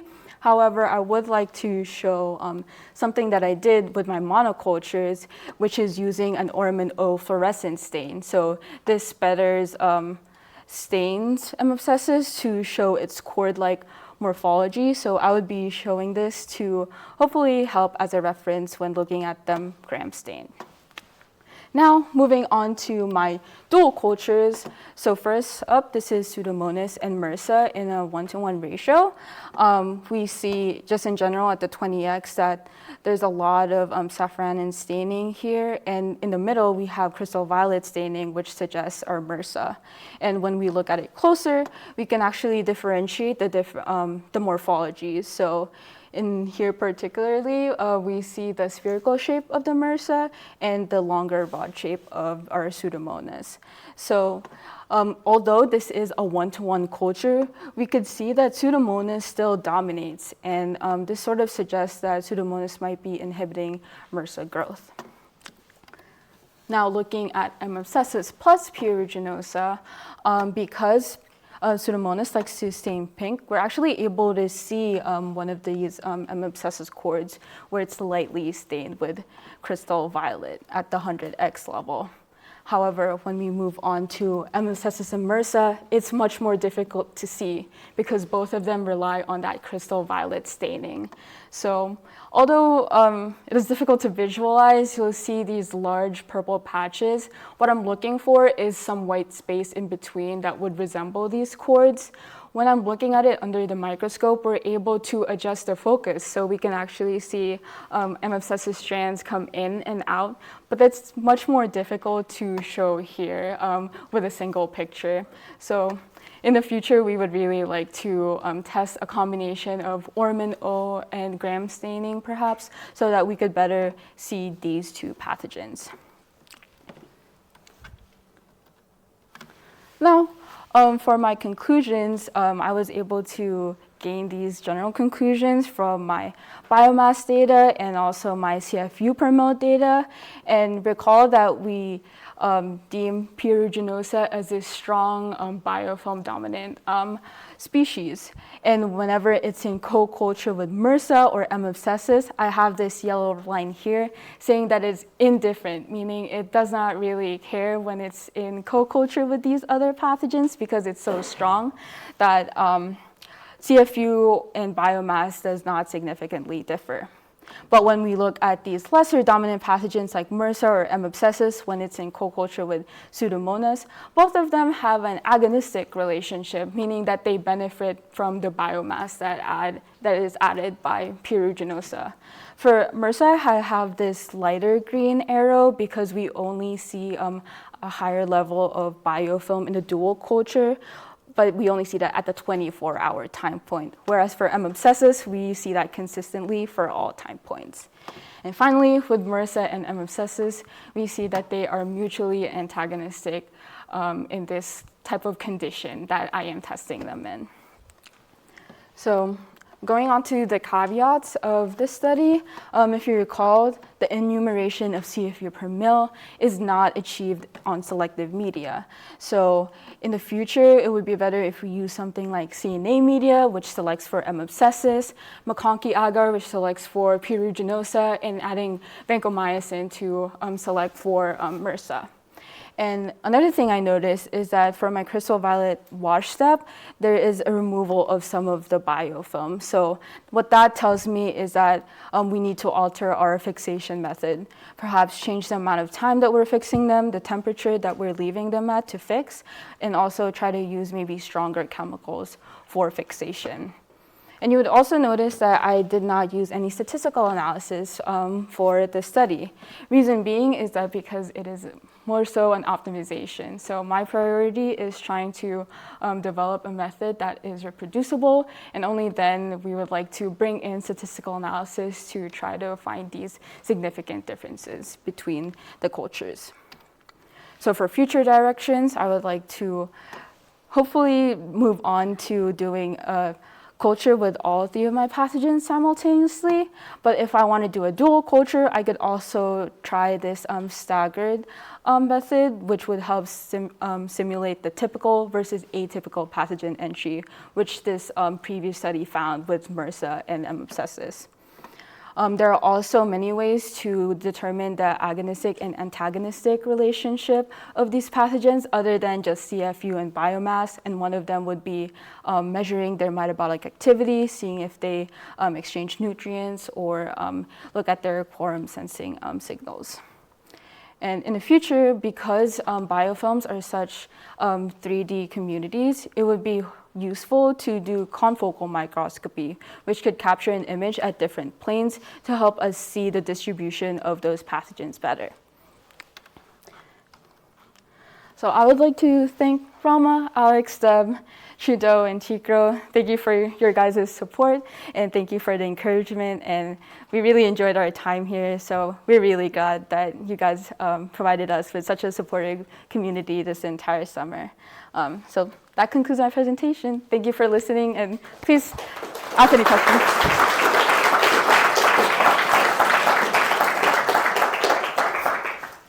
We'll open for questions. So with regard to viable count, it seems that the biofilms that you were looking at were mature even at the earliest time point. Yes. What would you expect there to be potentially different effects if you were looking at a biofilm that was still developing, Yes. say, 12 hours? Yes. So your question is, we do see this more of like a stagnated trend with our cultures, and I believe the reason that this is because we're doing static cultures, and they're in such a small volume of only 200 microliters.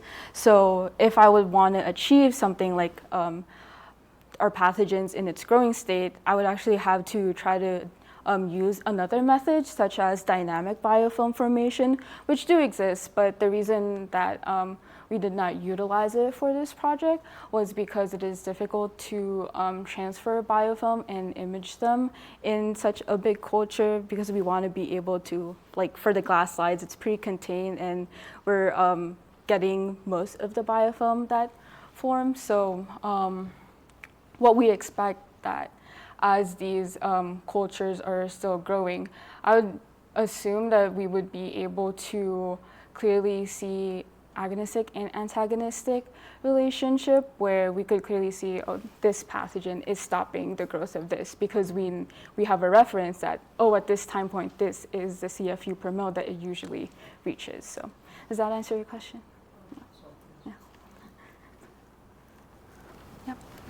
Yeah, thank you for that. I'm a biofilm microbiologist myself. So I was just curious, what you think are the contributing factors to the dynamic between these two pathogens? What allows one to compete better than another?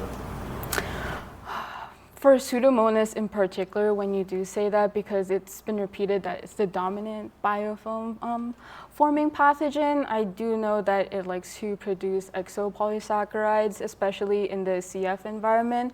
So it would produce PEL, PSL, and alginate. And this sort of allows it to persevere in the CF lung. So that is why I imagine that when it's in dual culture, we're seeing predominantly M. abscessus being more successful than its other secondary pathogens. Does Staph aureus make some of these exopolysaccharides as well? I believe they do. I do not know specifically which ones. Yeah. Yeah, I think that's a common thing for all these pathogens. Yeah. They make all these Yes. proteins. I mean, there are a couple things. I mean, there could be like Pseudomonas better compete for nutrients. Mm-hmm. Yes. Or the fun part is Pseudomonas actually makes these toxins that kill off their neighbors, some of their competitors. Mm-hmm. So it's probably complex. Yeah, that is interesting, and it would be more insightful to also look at probably the gene expression that helps contribute and make these products. Maybe when, in that one paper, it said that in its mucoid form, P. aeruginosa kind of does not really prioritize the killing of S. aureus, so maybe it's prioritizing the expression of that alginate gene instead of that gene which kills S. aureus. Yeah. So what's one of the most challenging things as it relates towards the in vitro culture systems of two different pathogens together? What was one of the things that you had to do a lot of early on? I could say a lot of difficult things about this project.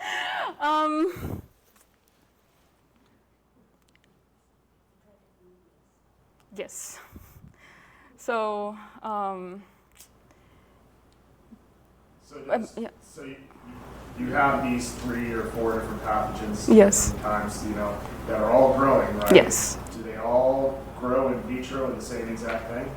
No, they have different growth curves and kinetics. So, yeah, we try to supplement it by giving M. abscessus a boost by increasing its density, but we also don't know if maybe that increased density variable maybe it's like withholding it, or there's too much that it can't reproduce well or produce biofilms well. So there's a lot of factors that could contribute to it, especially since we're using same broth, same conditions. Maybe we're not reaching the full growth potential that these bugs usually do in the broth that they do prefer. Right. And so that was the prelim question to lead my question. So what's the issue now where you have all this in vitro great data? What's the problem, though, that you would have to necessarily do? Because where do we really care about these pathogens? Oh, yeah. Yeah, this pathogens is in the CF lung. So there's actually CF, a media that mimics the CF lung. So it's more mucoid, and we know that, because of these mucus, there's like anaerobic pockets that maybe in these areas, these aerobic pathogens who need oxygen would not thrive as well. So that's also an important consideration. My question was like Bill's question, basically. So, like gene expression changes Yes. depending on the physiological environment, right? Yes. So, yeah, I guess when you're talking about, I guess my question is, what would you expect differences if you did grow your biofilms in something more physiologically relevant?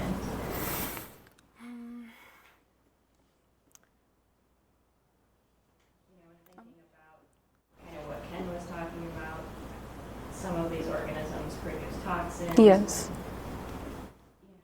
In the context of something more.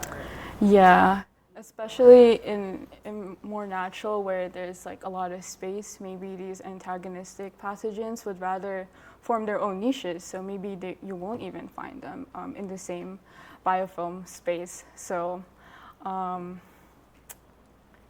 yeah, that's interesting. Any other questions? Thank you.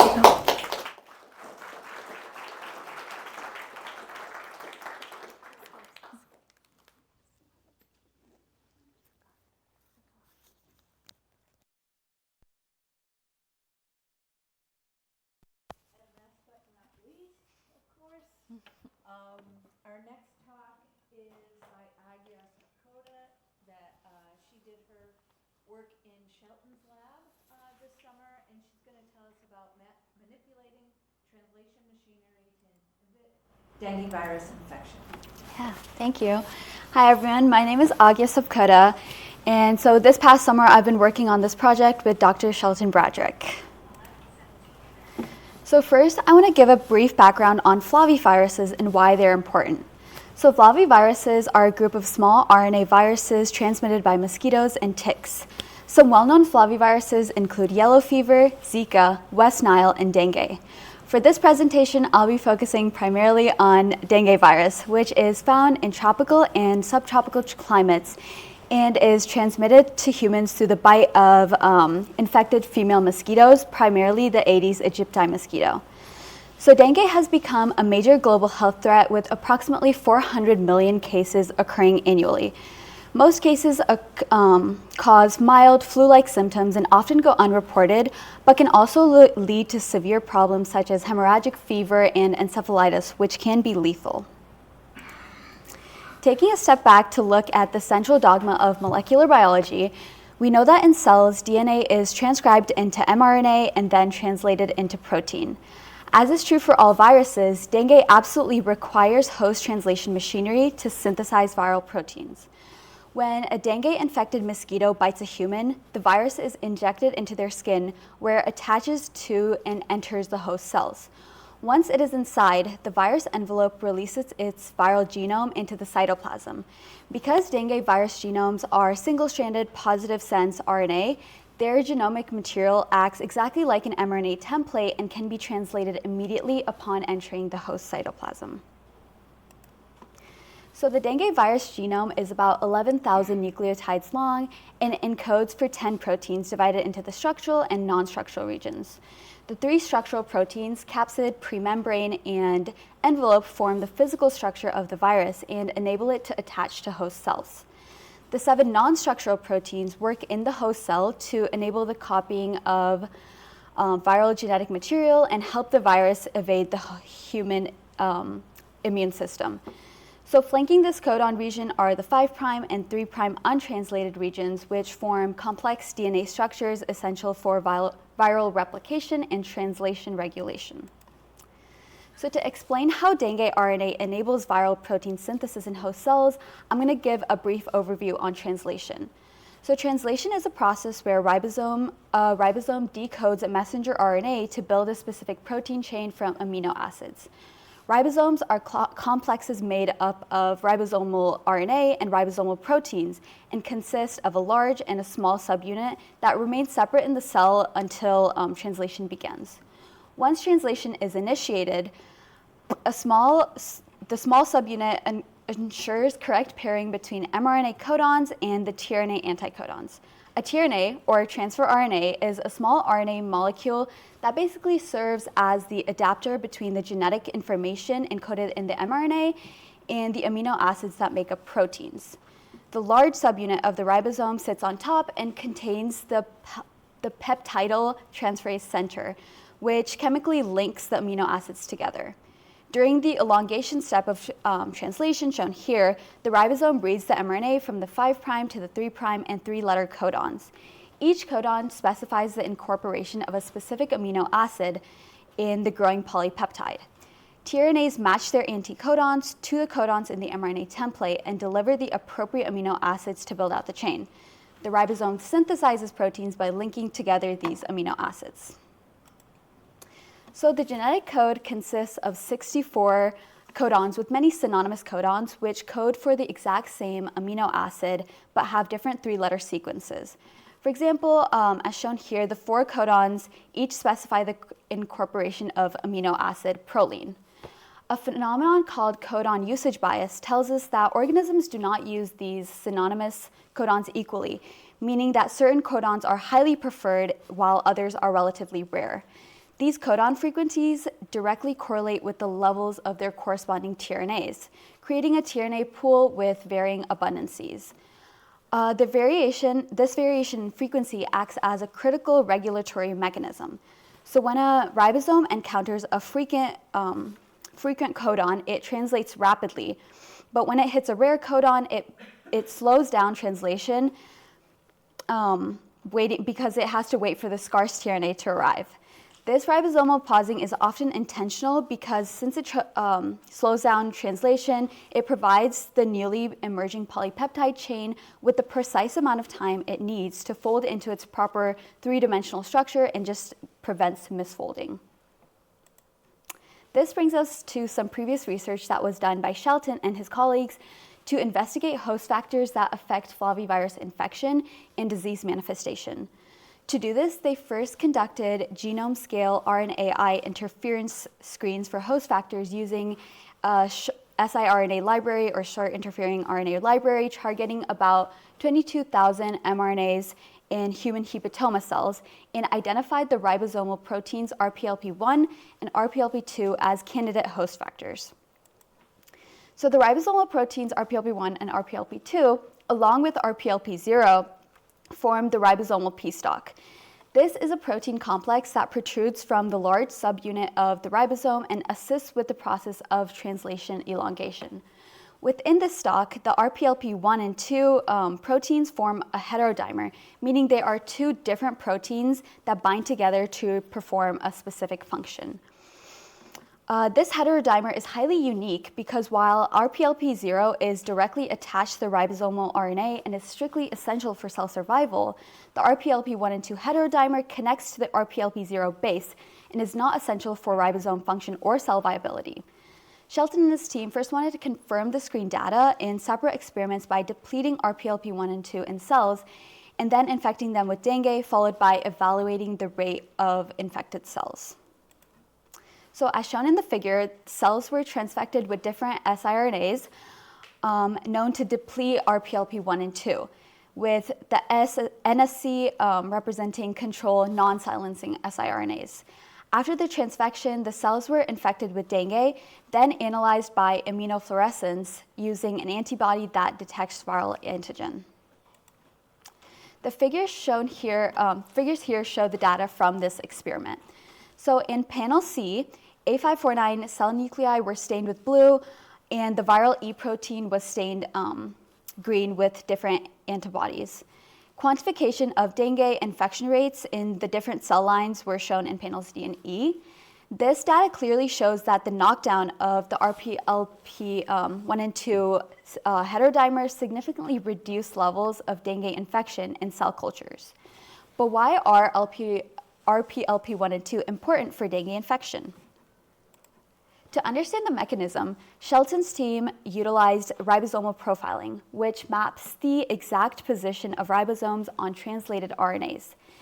They discovered that ribosomes encounter a translational pause within the dengue virus envelope protein coding region, visualized as this sharp spike in ribosome density shown in blue.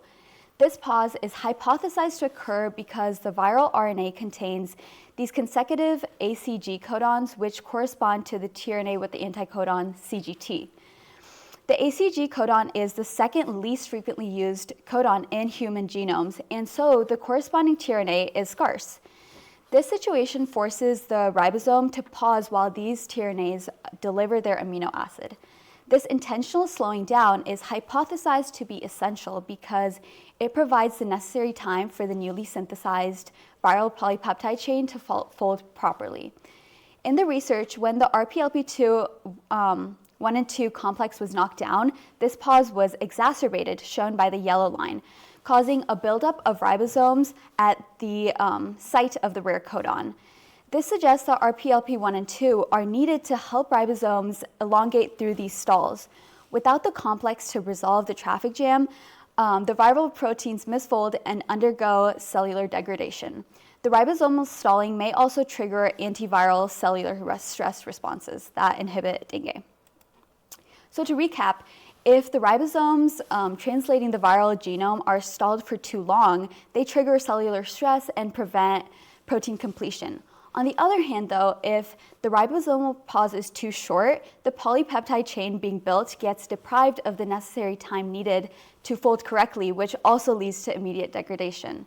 To explore this aspect further, for my project, I wanted to investigate whether increasing the abundance of these rare host tRNAs would inhibit dengue virus infection by disrupting this balance and impeding proper protein folding. So there were many steps that had to be taken before I could start the actual infection experiments. First, we selected rare host tRNAs that corresponded to codons involved in the translational pause that was identified, the goal being to increase the abundance of these tRNAs inside host cells and see if this affects dengue virus infection. So these were the tRNAs that we picked. The first two tRNAs have the anticodon CGT, which translate the codon ACG for threonine. This was the codon identified to cause the ribosomal pause. These two tRNAs with the same anticodon are isodecoders, which means that they are tRNAs that share, again, the same anticodon, but vary in their sequences outside of that codon. These different sequences and structures mostly just impact the stability and binding of the tRNA. The next two tRNAs with the anticodon AGT and TGT also decode for threonine, but are codons that are more commonly used in the human genome compared to ACG. The next tRNA, CTC, decodes for glutamic acid and is frequently found in the genome, especially compared to these other ones.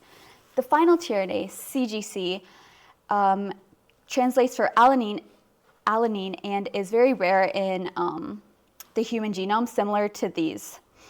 These four tRNAs were used as measures of control to see if overexpression of other tRNAs, whether rare or frequent, which were not linked to the data measuring the ribosome, would have any changes in the infection level of dengue. So to obtain the chosen tRNA genomes, I isolated genomic DNA from human A549 cells and amplified each using PCR, which is a method that allows a short region of a DNA molecule to be copied thousands of times. To confirm that the correct tRNA genes had been amplified, I tested my samples using gel electrophoresis. So the DNA ladder here is a control used to measure sizes of DNA samples. Each of the samples here were about 550 base pairs, which was the expected size of the tRNA genes. This confirmed that the PCR worked. As you can see, the third sample, for whatever reason, didn't end up working, so I ended up discarding that gene just to make sure all of the following experiments would be correct. So once the tRNA genes were amplified, I cloned them into a plasmid called PUC19. This was accomplished by ligating the PCR fragments to linearized PUC19 plasmid vector. By inserting the gene into this plasmid, I was able to create DNA constructs that could be used for transfection, which is a process that introduces genetic material into a host cell, allowing for tRNA overexpression.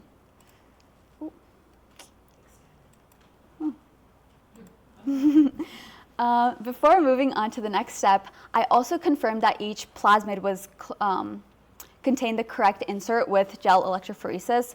6B here was unsuccessful, so it was also discarded. The plasmids were next sent out for sequencing, which when we got back confirmed that I had cloned the exact genes I had intended and that no mutations had occurred. So once the plasmids were verified, I transfected them into A549 and HeLa human cells. This is where a lot of my time ended up going this summer, with trying to optimize transfection conditions such as cell density, transfection material, timing, and just figuring out differences between cell lines. Transfection is a delicate process because it requires strict precision. Also like that Goldilocks thing. So if cells do not absorb enough genetic material, the majority remain untransfected, which would interfere with the experiment. On the other hand, transfection that is too successful overwhelms the cell culture, causing it to die out due to massive cytotoxicity. This is one example of a transfection protocol which shows the seeding of plates on day 1, creating the transfection mix and adding it to cells on day 2, and chaining the media on day 3. The specific details, such as the quantities and timing, varied a lot during my trials. Finally, after all the steps were taken to achieve a successful transfection, the cells were infected with dengue virus and the effects on viral replication were measured. This can be done in many ways, but the two that I chose were plaque assays and focus-forming unit assays. So plaque assays measure infectious virus levels by covering infected cells with a semi-solid overlay and incubating them for several days until the virus causes cell death. This leaves visible clear zones called plaques against a background of stained living host cells, allowing you to count these clearances to determine the exact concentration of infectious viral particles. The other method, focus-forming unit assays, utilize an immunostaining approach that does not require cell lysis or death. Instead, fluorescent or enzyme-linked antibodies are introduced to bind specifically to dengue viral proteins inside the host cells, highlighting localized clusters of infected cells as colored or like glowing foci that can be quantified under a fluorescence microscope. By utilizing these techniques, my goal was to determine if virus infection levels were different in control cells compared to cells containing our rare tRNA plasmid insert, allowing us to see if the insert enhanced or inhibited dengue replication. So for the main experiment, I first transfected A549 HeLa cells each with 3 replicates of my different DNA constructs. As a control, I transfected some cells with GFP, or a green fluorescence protein, which was visible under the fluorescence microscope. After confirming transfection, I infected the cells. This is a test plaque assay that I did to first measure the dengue virus stock that we had. As you can see, the top dilution killed most of the cells. As we go down the row of tenfold dilutions, you are able to see visible plaques which can be used or were used to count the concentration of virus particles in the virus sample that we were using. With this measure calculated, for the main experiment, I added 100 microliters of virus into each of the transfected wells, removed it after an hour, and let the cells replicate with the virus for about 48 hours. Then I removed the supernatant from each cell well to perform plaque assays on BHK21 cells to measure virus. I was hoping to see that the cells transfected with rare tRNAs would yield a lower virus infection than the control nonspecific tRNAs. These graphs show the quantification of dengue virus infection using the plaque assays from the infected cell supernatant. Each gene was transfected again with the 3 replicates for each cell line, which is shown by the 3 data points for each bar. I counted the plaques for each cell dilution and calculated their plaque-forming units per mil. The dotted line here indicates the limit of detection, or the LOD. So points above the LOD confirm and quantify active viral replication, while points below the LOD indicate that the viral levels were either completely absent or too low to be detected by the assay. The plates and the graphs were not quite what we expected. In the A549s, we see that one of the tRNAs that were expected to lower the infection level is below the LOD, suggesting that the overexpression of this tRNA could have inhibited infection. However, the plaque assays, the plaque assay plates showed a lot of inconsistency between replicates, such as one replicate completely killing all cells in a well, while another replicate showed a lower level of infection that was expected. Because of this, we can't be sure if this result was actually due to tRNA overexpression or if there were other factors affecting the assay. In the HeLa cells, there was not a significant difference between any of the different DNA constructs. As a second measure of infection, we used the FFU assays, which is not shown here, but again, uses fluorescent antibodies to bind to dengue viral proteins. This assay showed similar inconsistencies to the plaque assays, with some cell replicates transfected, with the rare tRNAs having a lower fluorescence and others not. This assay was also difficult to interpret because in some cases, even the control transfected wells seemed to have a low infection rate, which shouldn't have happened. While there are countless variables that could have caused the inconsistencies we saw, the one explanation is that transfection sometimes causes intense cellular stress, which can lower viral infection rates by depleting cellular resources or triggering antiviral innate immune responses. So though I unfortunately did run out of time at this point, I would have continued this project by replicating the experiments that I had been working on. There were many directions we could have gone to get more consistent results. I probably would have done a lot more experimenting with transfection conditions to find the most ideal levels for cells that would yield a high transfection rate without causing so much toxicity as we had been seeing. I would have also experimented with more cell lines more extensively because some cell lines are just known to be more sensitive to transfection than others, which also affects how well they can be infected. Overall, a lot more tests have to be done to draw any conclusions from this project, but I think we achieved a lot by making stable DNA constructs that could be used for transfections and just by testing a lot of different conditions. During the summer, I also pursued a side project which focused on CRISPR-mediated gene editing, specifically targeting those RPLP1 and 2 proteins, which aid viral translation during ribosomal pauses. To create a reliable tool for studying the RPLP ribosomal stalk, I used CRISPR-Cas9 genome editing to knock in an HA tag directly into the native RPLP2 gene locus. An HA tag is a short chain of about 9 amino acids that can be attached to the protein of interest for easy tracking and identification. I prepared Cas9 plasmid constructs with CRISPR guide RNAs, which I followed a similar workflow similar to my PUC19 plasmid prep, and transfected cells, which are currently undergoing dilutional cloning.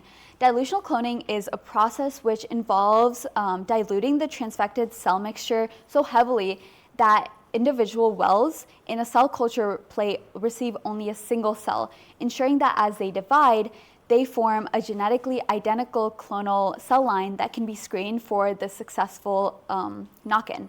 Ultimately, establishing this stable cell line provides a powerful long-term reagent for future research to precisely isolate and uncover how dengue virus exploits the host ribosomal machinery. So before I end, I just want to say how grateful I've been for this opportunity. I have learned so much in these past 10 weeks, not just about like dengue and virology and research techniques, but also just a lot about different research-oriented careers that are available to me, what research looks like in both academia and industry settings, thanks to TCRO. And in general, I just got to see a lot of the world of research. I also wanted to thank Shelton, who was an amazing PI that I got to learn so much from, Mac, who acted as my mentor and helped me throughout my project, as well as Deb for putting together these educational programs so us students have a chance to experience it. Thank you.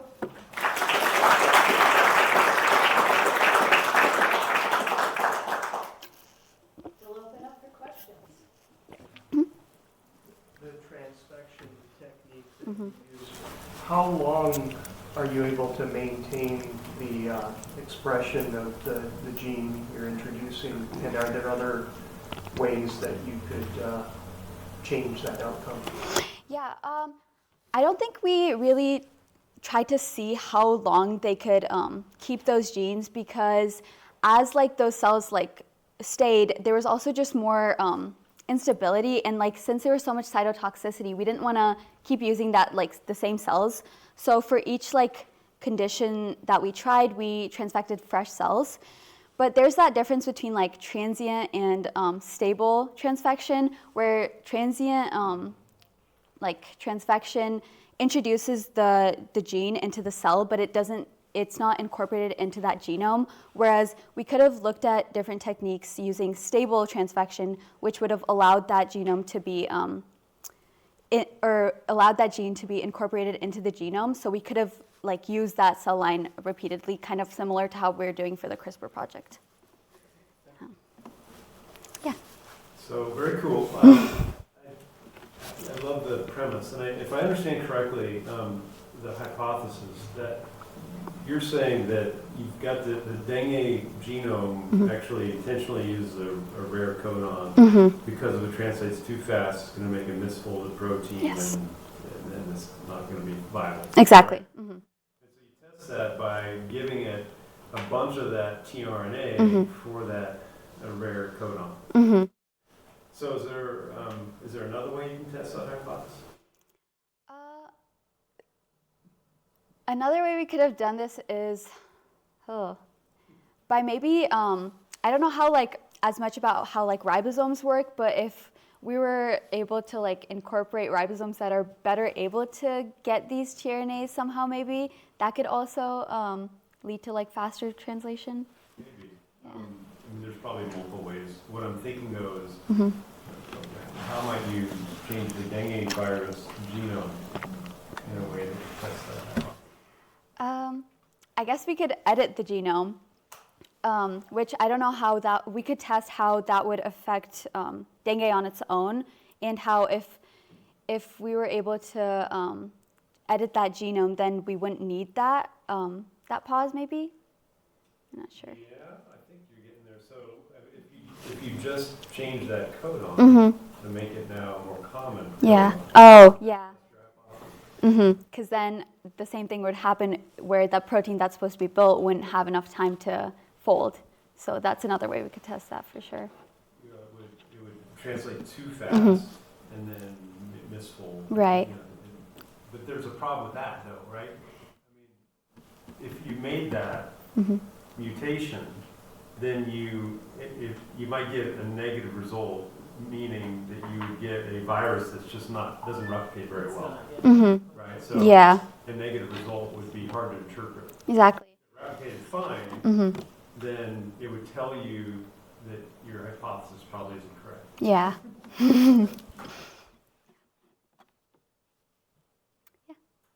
So I've been wanting to ask you this question all summer, and I haven't till now.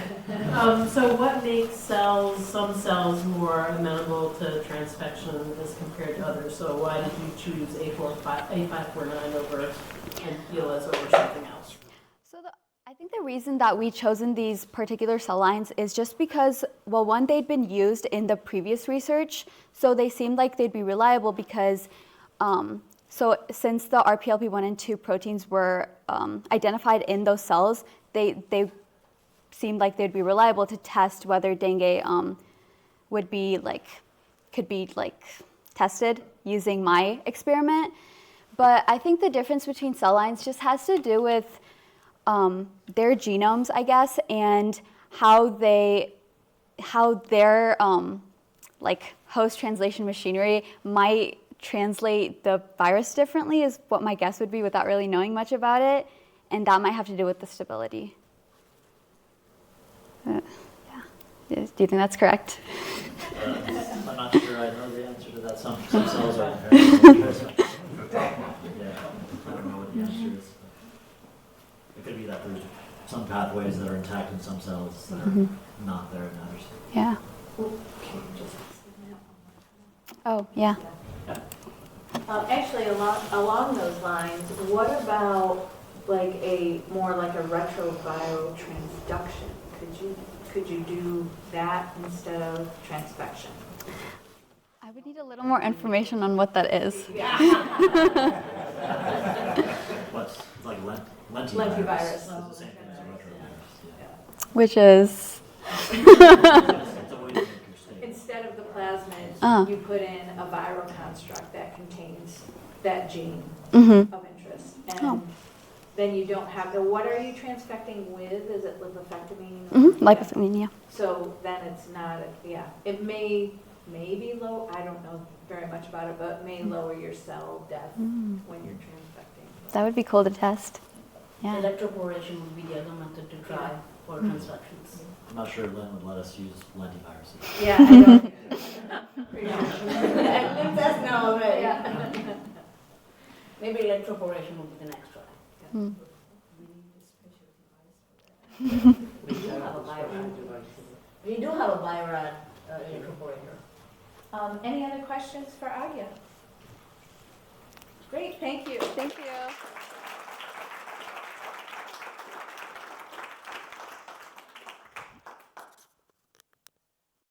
Thank you all. Thank the students for these great presentations. Let's give them a round again. They've really done a great job. I really want to first thank them for coming and being part of the program. It's been a great summer. We're having great weather now, so we're going to enjoy it on the last day. I also want to thank everyone for coming to their talks. They work extremely hard all summer, and they really put together these great talks to teach us what they've learned over the summer. I also want to extend a thanks to some of the board members that are here to see these great talks. And if we could, just in closing, I'd love to get mentors, students to stick around for a minute, as well as some of our board members for some pictures after the event, because we do like to take a lot of pictures for these things. So again, thank you everyone for coming. These guys will be around for the rest of the day. So again, if you had any other questions for them or want to talk to them a little bit more, we'll be around all afternoon. So thank you again.